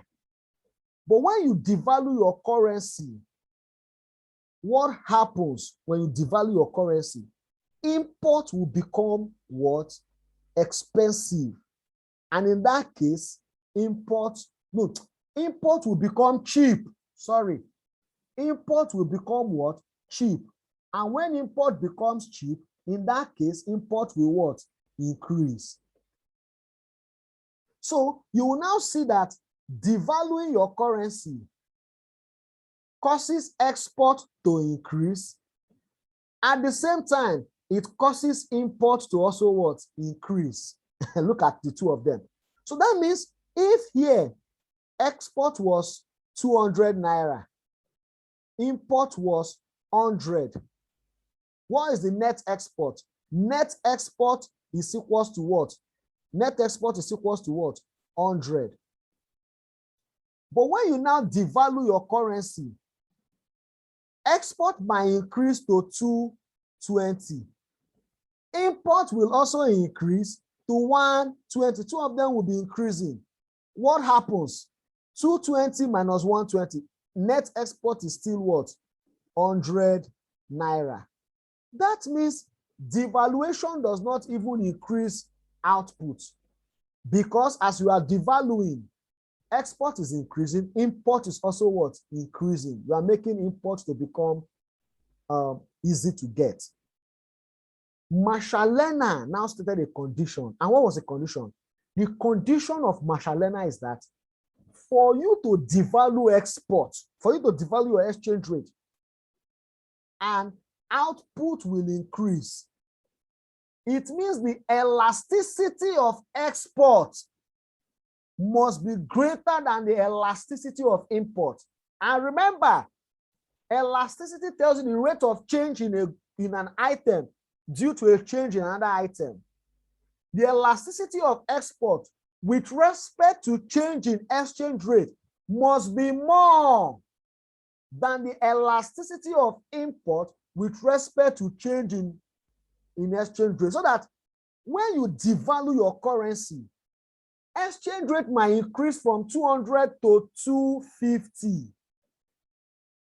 But when you devalue your currency, import will increase from 100. But it cannot increase up to 150.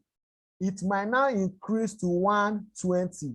So that 250 minus 120 will now become what? 100 and what? 30. Unlike before, that it was 200 minus 100, which net export was what? 100. But when you devalued, export will have to increase higher than the rate of import. What determines the increase in export? The elasticity. What determines the increase in import? The elasticity. So the elasticity of change in export must be greater than the elasticity of change in import. And that is what? The Marshallina condition. That is the what? Marshallina what? Condition. So the Marshallina condition is saying that for exchange rate depreciation or devaluation to benefit a country, the elasticity of export must be greater than the elasticity of import. The last but not the least, the latest developments in exchange rate market. And I asked this question, issue of Bitcoin. I know everybody will be interested. So I'm going to open up and I'm going to ask you a question. What do you consider under this Bitcoin? Is it a good thing? Is it not a good thing? What do you say to the Bitcoin? I need your contribution, please. Those of you that are saying Bitcoin is good, federal government, why are you banning Bitcoin? CBN, why are you banning it? You don't like the youth. The youth, you don't want the youth to make it. You don't want the youth to prosper. Bitcoin, Bitcoin, Bitcoin. We are making money. Bitcoin, they are cashing out. Oh yeah, is it good or is it not good? What is the economics of Bitcoin under this exchange rate management? Because these are the latest developments we are having. Please, I need your contribution.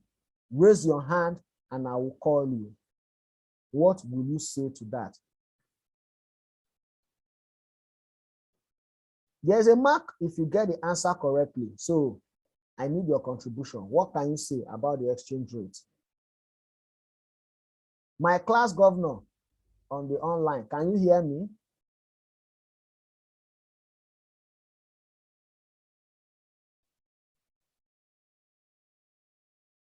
Grace Ose, can you hear me? Am I talking only to myself?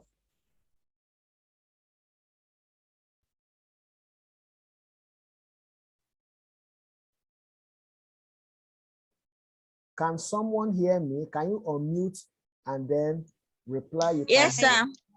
Yes, sir. Okay. So Yes, did sir. Yes, sir. It's okay. It's okay. It's okay. So did you hear my question? Yes, sir. Yes, sir. All right. Thank you. So let's kick off the discussion. Daniel Adedoyin, what is your opinion about the Bitcoin? Please, I don't want us to be sentimental. I am an economist. So I want to talk as an economist, not as a pro Buhari, no Buhari, I'm a youth. I'm not a youth. No, we are economists. So I would like you to engage on the discussion as an economist. So over to you. Unmute yourself and let me hear your contribution. Somebody raised his hand. Can you now talk?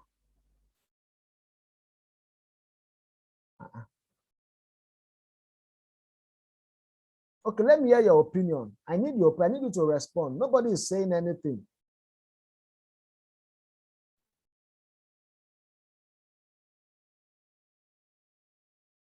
Agoro Israel, let me hear you.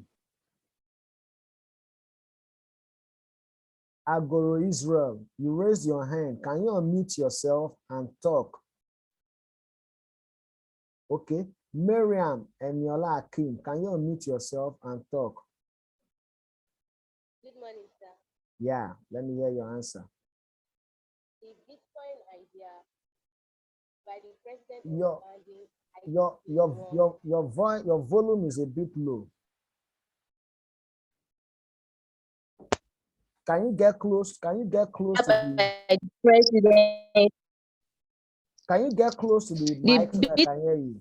Bitcoin idea by the president. Okay, sir. Okay, all right.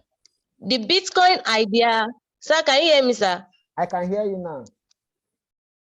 Sir, the Bitcoin idea banning by the president, I think is wrong. Why? Because to remove unemployment in the economy, we must first of all encourage what's it called, foreign investment. So if the government ban Bitcoin, as we know that most of the youth get employed, like they get more money from Bitcoin. If he has banned it actually. So it's encouraging unemployment in the economy, and this unemployment will affect the growth of the economy actually.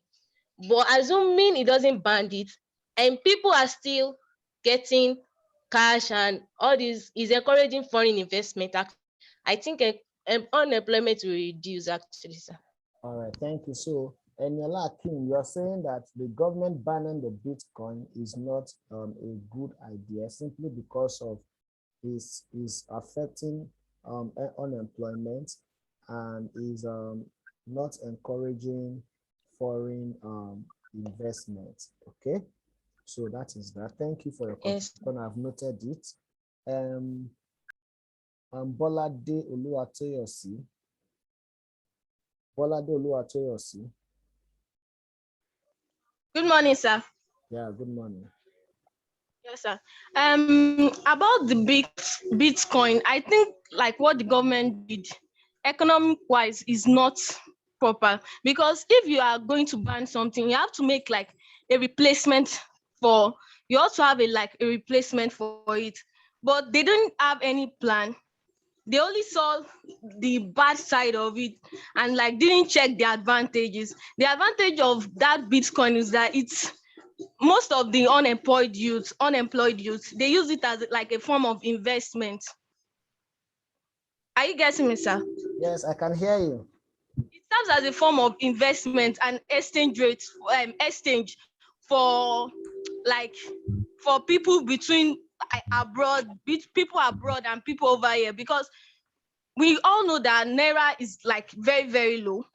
Like naira's worth is very low, but when they trade in Bitcoin, they still have like they make their profit more instead of them trading in like convert from naira to dollars, stuff like that. Are you getting me, sir? Okay. All right. So thank you so much, Bolade Oluwatoyosi. From your submission, you are not in support of the banning of the Bitcoin simply because unemployment, capitals issues, and then there should be a replacement for that particular um, procedure if they were to ban the Bitcoin. Okay, thank you. Adebiyi Temiloluwa, what is your own contribution? Good morning, sir. Yes, good morning. Yeah, about the banning of Bitcoin.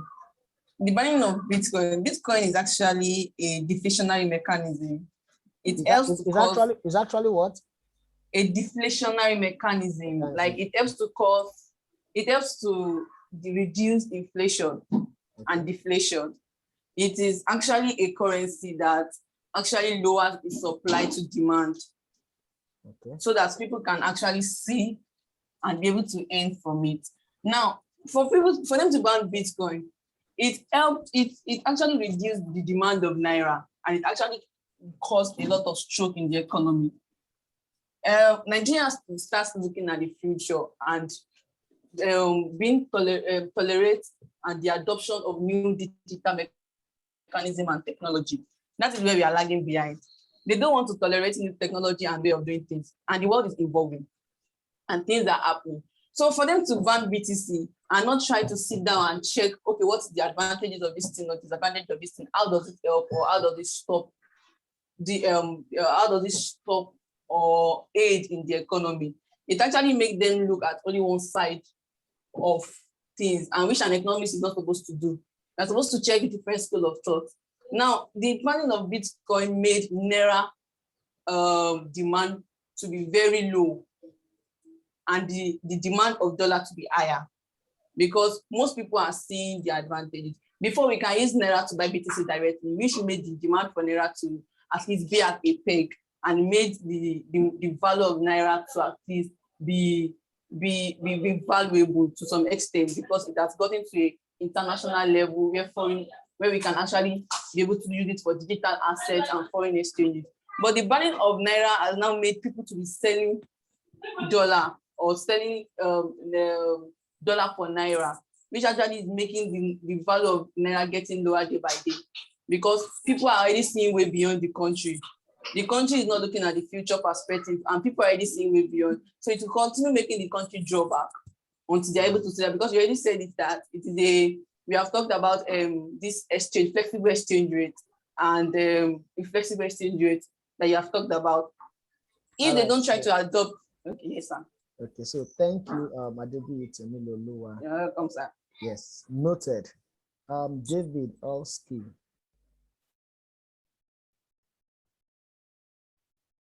David Olski, your contribution.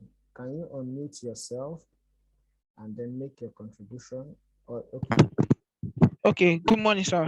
Yes, good morning. Yeah, what I feel about this Bitcoin is that I feel the banning of Bitcoin may be a stepping stone for Nigeria, in sense that to be sincere, I was part of the people who got involved in the crypto market. I invested a lot of money in the crypto market. I made some little gains. Why on the long run, I made a huge loss, which affected me.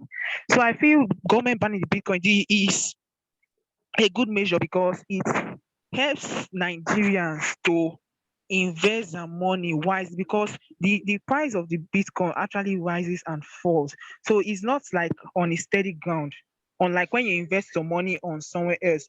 And again, it will only add to the country's GDP instead of ours, in the sense that the server of this Bitcoin is not actually in Nigeria. So we investing our money on it are only contributing to that nation's economy, not ours. Our GDP is not actually affected by this.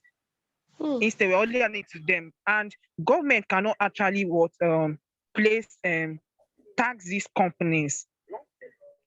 And it's true, these taxes government used to develop our economy.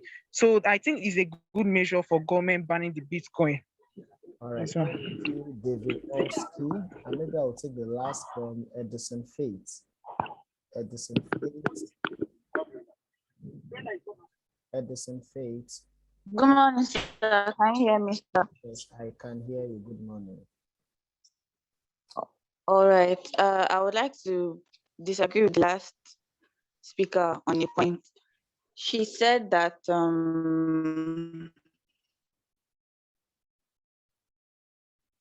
Edison Fates is a good measure for was because it will help Nigerians invest wisely, because the market rises and falls. I would just like to say that there's no exchange markets that fall. Even if you are buying stock in a company, the prices of stock also rises and falls. Can you hear me, sir? Yes, I can hear you. All right, and my name is support, or rather, I disagree with the bank. That was your network, like someone also said, it was Edison Fates. Your network, Edison Fates. Your network is a bit breaking, so you need to move around. Okay, you need to move around so that we can hear you clearly. And again, I would just like you to make your own submission. You said? Oh, Edison. Can you hear me now, sir? It's still breaking. Can you hear me now, sir? I'm sorry, it's still breaking, so you got to try again. But please, for those raising your hands, all I just need you to do is just make your submission, all right? So even if you disagree with what others have said, it's fine. But just tell me Bitcoin is not good because this, and this. Bitcoin is good because this, and this, so that we can save time because we are running behind schedule. And I just want us to, I want to engage in this discussion so that you have a better understanding of the issues on ground. Grace Otse. Grace Otse. Sir, can you hear me? Yes. Yes. Good morning.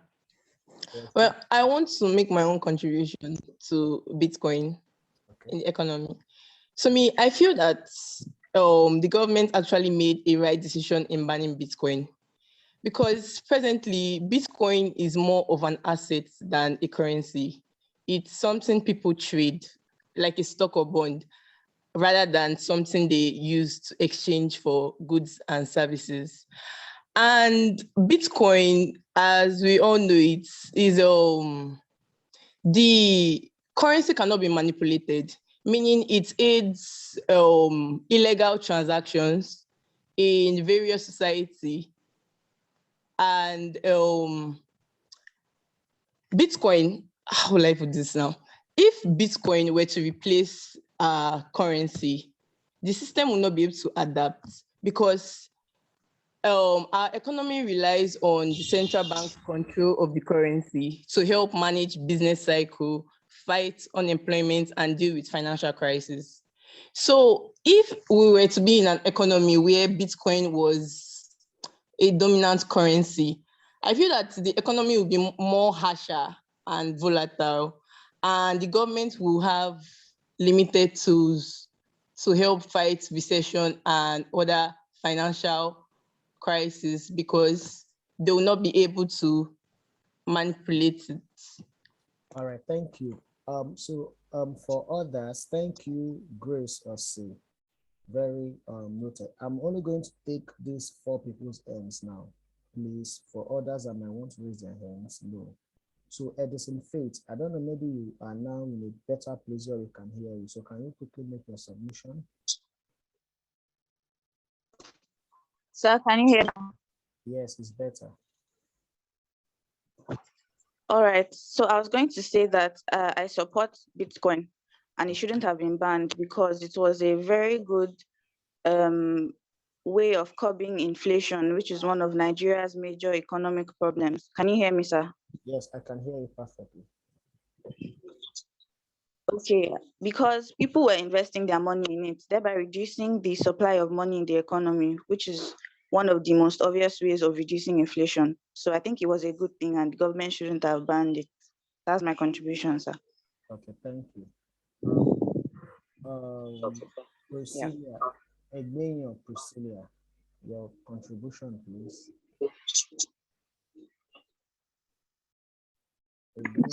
Good morning, sir. Your contribution, please. I believe that Bitcoin has both its own advantages and disadvantages. Most of the youths believe highlight the advantages, but they don't see the disadvantage, which is why Nigerian government ban it. Because number one, Yahoo boys and they can use this Bitcoin to, it's not regulated, kind of, because we don't know the source of their money. And since it's from Bitcoin, we might just think that their money it's from Bitcoin. You cannot trace the source of their money. And so if they've dabbled in some bad business, we won't know if their money is clean or not. As long as it's Bitcoin, you can't trace it to the exact source. Okay, so thank you for that submission. Then the last person, Matilda Ocheidu. Matilda. Oh, Matilda Ocheidu. Okay. Good morning, sir. Good morning. Yeah, so my contribution is I feel it was a right decision to ban Bitcoin actually because the price of Bitcoin is not usually directly exchanged with our local currency, with the naira. In the medium that is used for its exchange is the dollar. Hello, sir, can you hear me? Yes, I can hear you. Yes, so the medium that is used to exchange for Bitcoin is the dollar. So that's the main value that is tying the Bitcoin with our local currency. So what the Bitcoin does is that it actually shortages the dollar.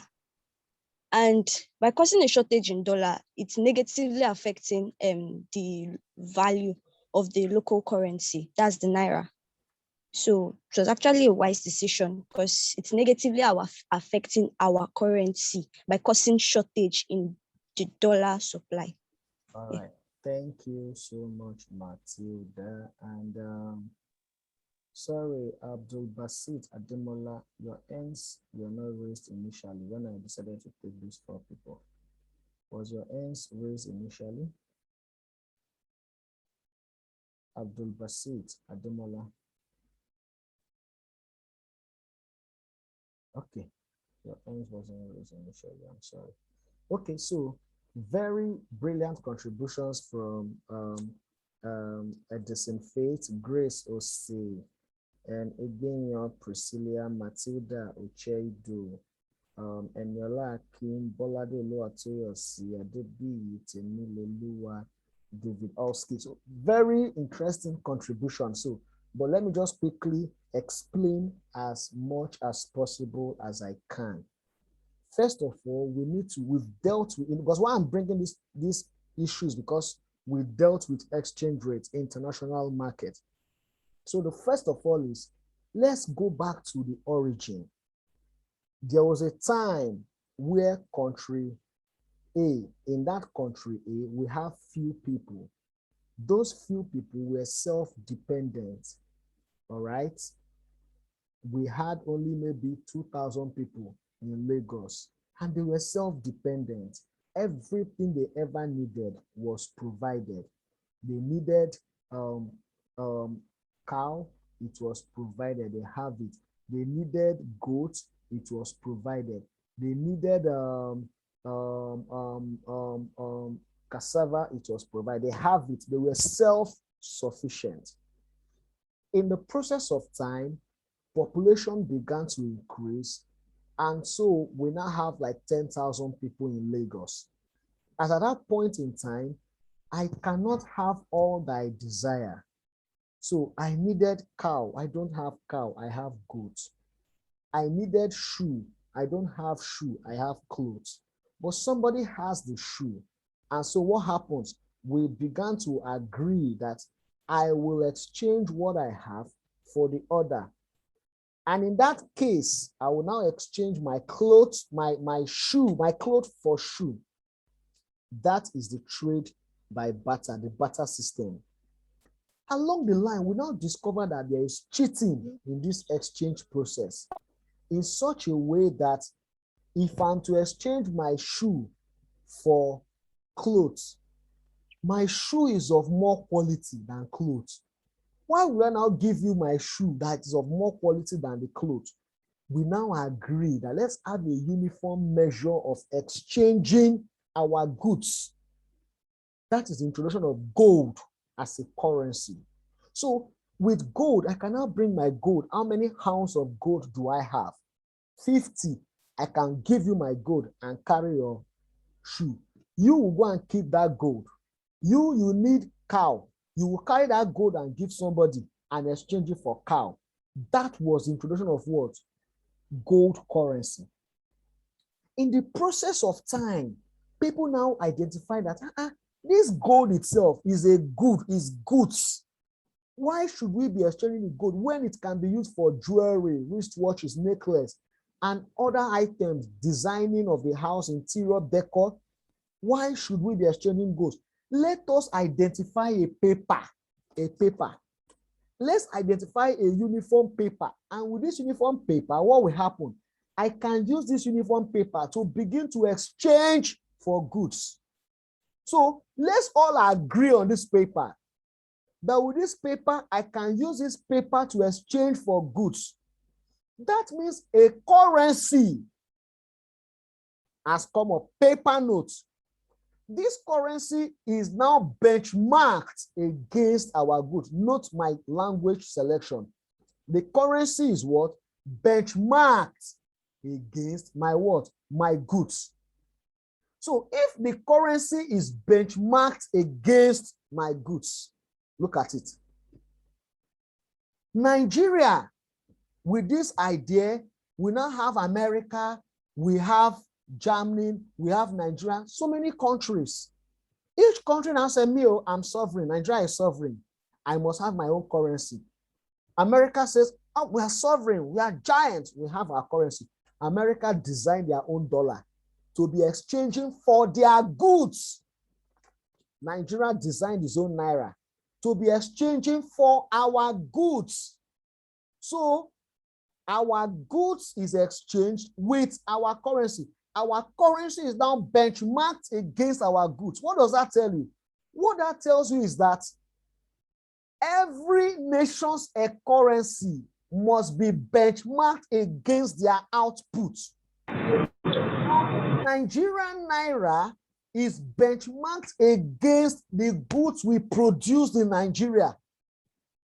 American dollar is benchmarked against the goods produced in America. German currency, euro, is benchmarked against the goods produced in the European Union. And that is why we now have central banks of each economy to actually do what? Regulate the currency. So, and it now became a legal tender. Why is this currency a legal tender? It's a legal tender because the government of Nigeria is ready to die put in order to defend this currency. Why is dollar a legal tender? Dollar is a legal tender because the government of US is ready to benchmark and die put because of the US was dollar. So the dollar is benchmarked against US output. That makes dollar a legal tender. That makes the Chinese yuan a legal tender. That makes the British pounds a legal tender. So that makes this naira a legal tender. Having said that, in the process of time, people now said, we can even be trading our currency. Since I am demanding for American products and I have naira, I can exchange it, my naira, for your dollar and buy American products. American also said, since we demand for Nigerian goods, Ghana, South Africa, for example, for Nigeria, America can also exchange our dollar, their dollar, for our naira. That led to we having the exchange rate markets. We now start having all these exchange rate sales. When we were having exchange rate, you know, remember that time? We trade in what? Currencies. Abi? That means for a currency to be a legal tender, two things. One, it must be backed up by the law of that country. Two, it must be benchmarked against the country's output. So that means Nigeria is ready to die because of, Nigerian government is ready to die because of this currency.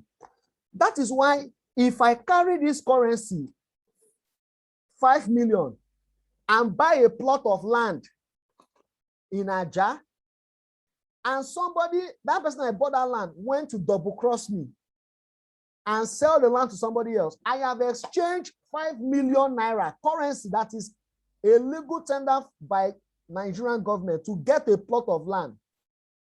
But that person has refused to give me the land. Nigerian government is ready to defend that 10 million. Once I go to court, the court will keep on, the judge will judge and rule because they want to defend this currency. Now, today, a currency came up called Bitcoin, digital currency. And you say it is a cryptocurrency, it is encrypted. Question, two things. This currency is benchmarked against which country's output? You need to answer that question. Number two, this country is a legal tender of which country, so that which economy or which country is ready to die put just for that currency to exist? No country. That currency is benchmarked against which economy, so that it can be found in the reserve of that economy? None. So you devise and you come up as a group of individuals, of experts, and develop a digital system that is encrypted. When something is encrypted, it means you don't know the end to end. That's encrypted. You see your WhatsApp message and they tell you this message is encrypted. That means nobody else sees that message. As it's flowing from me to you, is encrypted end to end. So you come up with a currency that does not have a benchmark against any output. There is no output that defends that currency. Because when you say Nigeria worth 69 trillion naira, that means there are 69 trillion naira worth of goods in Nigeria. That's it, that's GDP. So if you say Nigeria worth 69 trillion, that means we have cars, we have motor, we have aeroplane, we have things that are worth 69 trillion. If they ask you, how much do you worth? You say you worth 100 million. You must have 100 million worth of goods or cash that can be used to buy 100 million worth of goods to qualify you as someone that worth 100 million. So cryptocurrency does not have a benchmark. It is not benchmarked against any output. It's not benchmarked against any economy. It's not a legal tender in any economy. So if that were to be the case, that, oh, come on, it's benchmarked against Brazil's output or against China's output. So that means we can find it in the People's Republic Bank, People's Bank of China, that's their central bank. That means it is benchmarked there, it's a legal tender, is ready to be defended. But the currency is not defended by anything. Currencies are benchmarked against the nation's output. And that is what that defends a currency.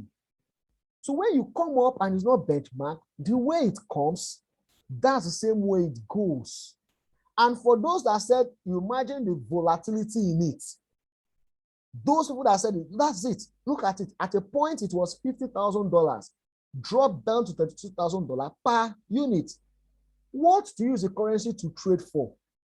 Imagine Tesla coming up to say, this cryptocurrency, as from this period, is not going to be used in trading for our goods. That tells you. So somebody also said that there is a need for us to have our own. Very perfect. There's a need. Digital currency is good. Very, very good. Digital currency is very, very good. So it's very, very good. There's a need for us to have it. That's fine. But when you're talking about digital currency, to have a digital currency, it must be benchmarked against an economy. And that is why CBN has come up that they are going to have their own digital currency that will be regulated and will come starting operation, I think, in December. Okay? So it is just like MMM. MMM does not have any backup, just like MMM. It does not have any. Somebody comes up and tells you, invest, put 100 million, you will get 150 million, and you put. Is a 419 business in quote. Let me explain so you understand. I can start up MMM. Very simple. What do I need? I just need 10 million naira. I just need 10 million naira. And I'll tell you, put 50,000, you will get 75,000. Put 80,000, you will get 120,000. People will be putting. Once the person put 50,000, I pay the person 75,000. I have only short with 25,000. Tomorrow, that person will go and tell the person, Buchi, no, Chimex, the work, put time, I put 50, I get 25, 75,000. I beg, put your 100,000, you will get 150. People put, and then I pay 50,000. You will discover that I have 10 million reserve. I will need to be paying. People are putting and paying. This thing grows in a chain rule. Those of you that remember chain rule, binomial distribution, those that remember that triangle, it grows in a geometric progression. So today, I will have set a bill of 200,000. I still have 9,800,000. Tomorrow, today, 5 people put money. Tomorrow, 15 people put money. I will have set a bill of 500,000. Next tomorrow, it turns to 50. I will have set a bill of 1 million. I still have about 8 million remaining. Next tomorrow, 10,000 people put. I will have set a bill of 5 million. Before you know it, in the next 10 days, from 2 to 5 to 50 to 500 to 10,000, it will become 2 million. 2 million people will now put money. Guess what? Everything might now worth 100 million. What will I do? I will just short the market. And once I short the market, what happens? I've cash out. That's cash out. Those things are not regulated. Who are you going to meet to cry to that your currency has crashed? Let me also tell you, even in the foreign exchange market, their currencies are regulated. Look at during the coronavirus pandemic in the stock market. Somebody said, yes, there's volatility in Bitcoin. There's also volatility in the stock exchange. Yes, there is. But in stock exchange is regulated. Recall, during last year, COVID-19 pandemic, we wrote a paper on all the stock market, the major stock markets in the world. Go and check my name, it's there, published in Ovidius University, Romania. Go and check that paper. We wrote a paper on all these major stock markets in the world. We discovered that during that pandemic and stock prices was crashing, there was a time they had to pause the stock market because it was crashing. There was no longer trade. Those are in finance will understand when they get to year 3. So it is even regulated. So what I'm trying to say is this: the currency is not benchmark. If tomorrow US government announces that yes, we are the owners of Bitcoin, we take responsibility for Bitcoin, our Bitcoin is benchmarked against us, that makes Bitcoin a perfect international trading activities. That makes it, that will create employment, that will create everything you have listed. But in as much as that currency is not benchmarked against an economy, and the currency is not benchmarked, it's not a legal tender, that can never come to light. For the fact that a group of people come up to say, yeah, this is the value, does not make it legal. And that is why CBN is proactive to say we are developing our own digital currency. Okay, so that is it. But I love the beautiful contributions of all of you. And as all of you that answered, the class governor that has my number, please give them my number, send me your matric number and your name, okay, to that phone number, or you can send it to the class governor that will transfer. For as many that answered, whether I have the list here, I wrote it down, that answered whether it is good, it is bad. I love your answers. You gave reasons. However, those that are saying it is a bad idea, those reasons can only be valid if that Bitcoin is benchmarked against an economy or is a legal tender for a country.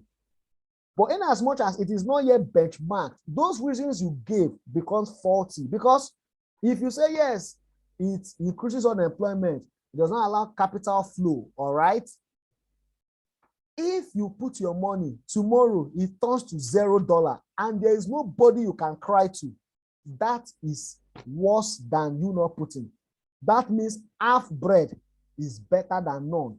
That means it's better you have your 100,000 to put in your pocket than for you to say you want to trade it and it turns to $0 and there's nobody you can cry to. All right, that is my own submission. I might be also wrong, but I'm discussing this from economics perspective and from economics principle. So a good attempt. China announced it. Yes, China said that currency is not recognized. Chinese government, yes. Nigeria announced theirs. And now they're developing a digital currency. That digital currency is a story for another day when it comes to commercial bank activities and the CBN digital currency. That was another story for another day. Thank you. Please allow Oluwatoyosi, you are raising your hand. I'm already late. Hello. Yes, sir. Okay. So we have other classes. You said? We have other classes. Yes. Okay, and our phones are low. On your what? Our phones are also low. My phone is 3%. Okay.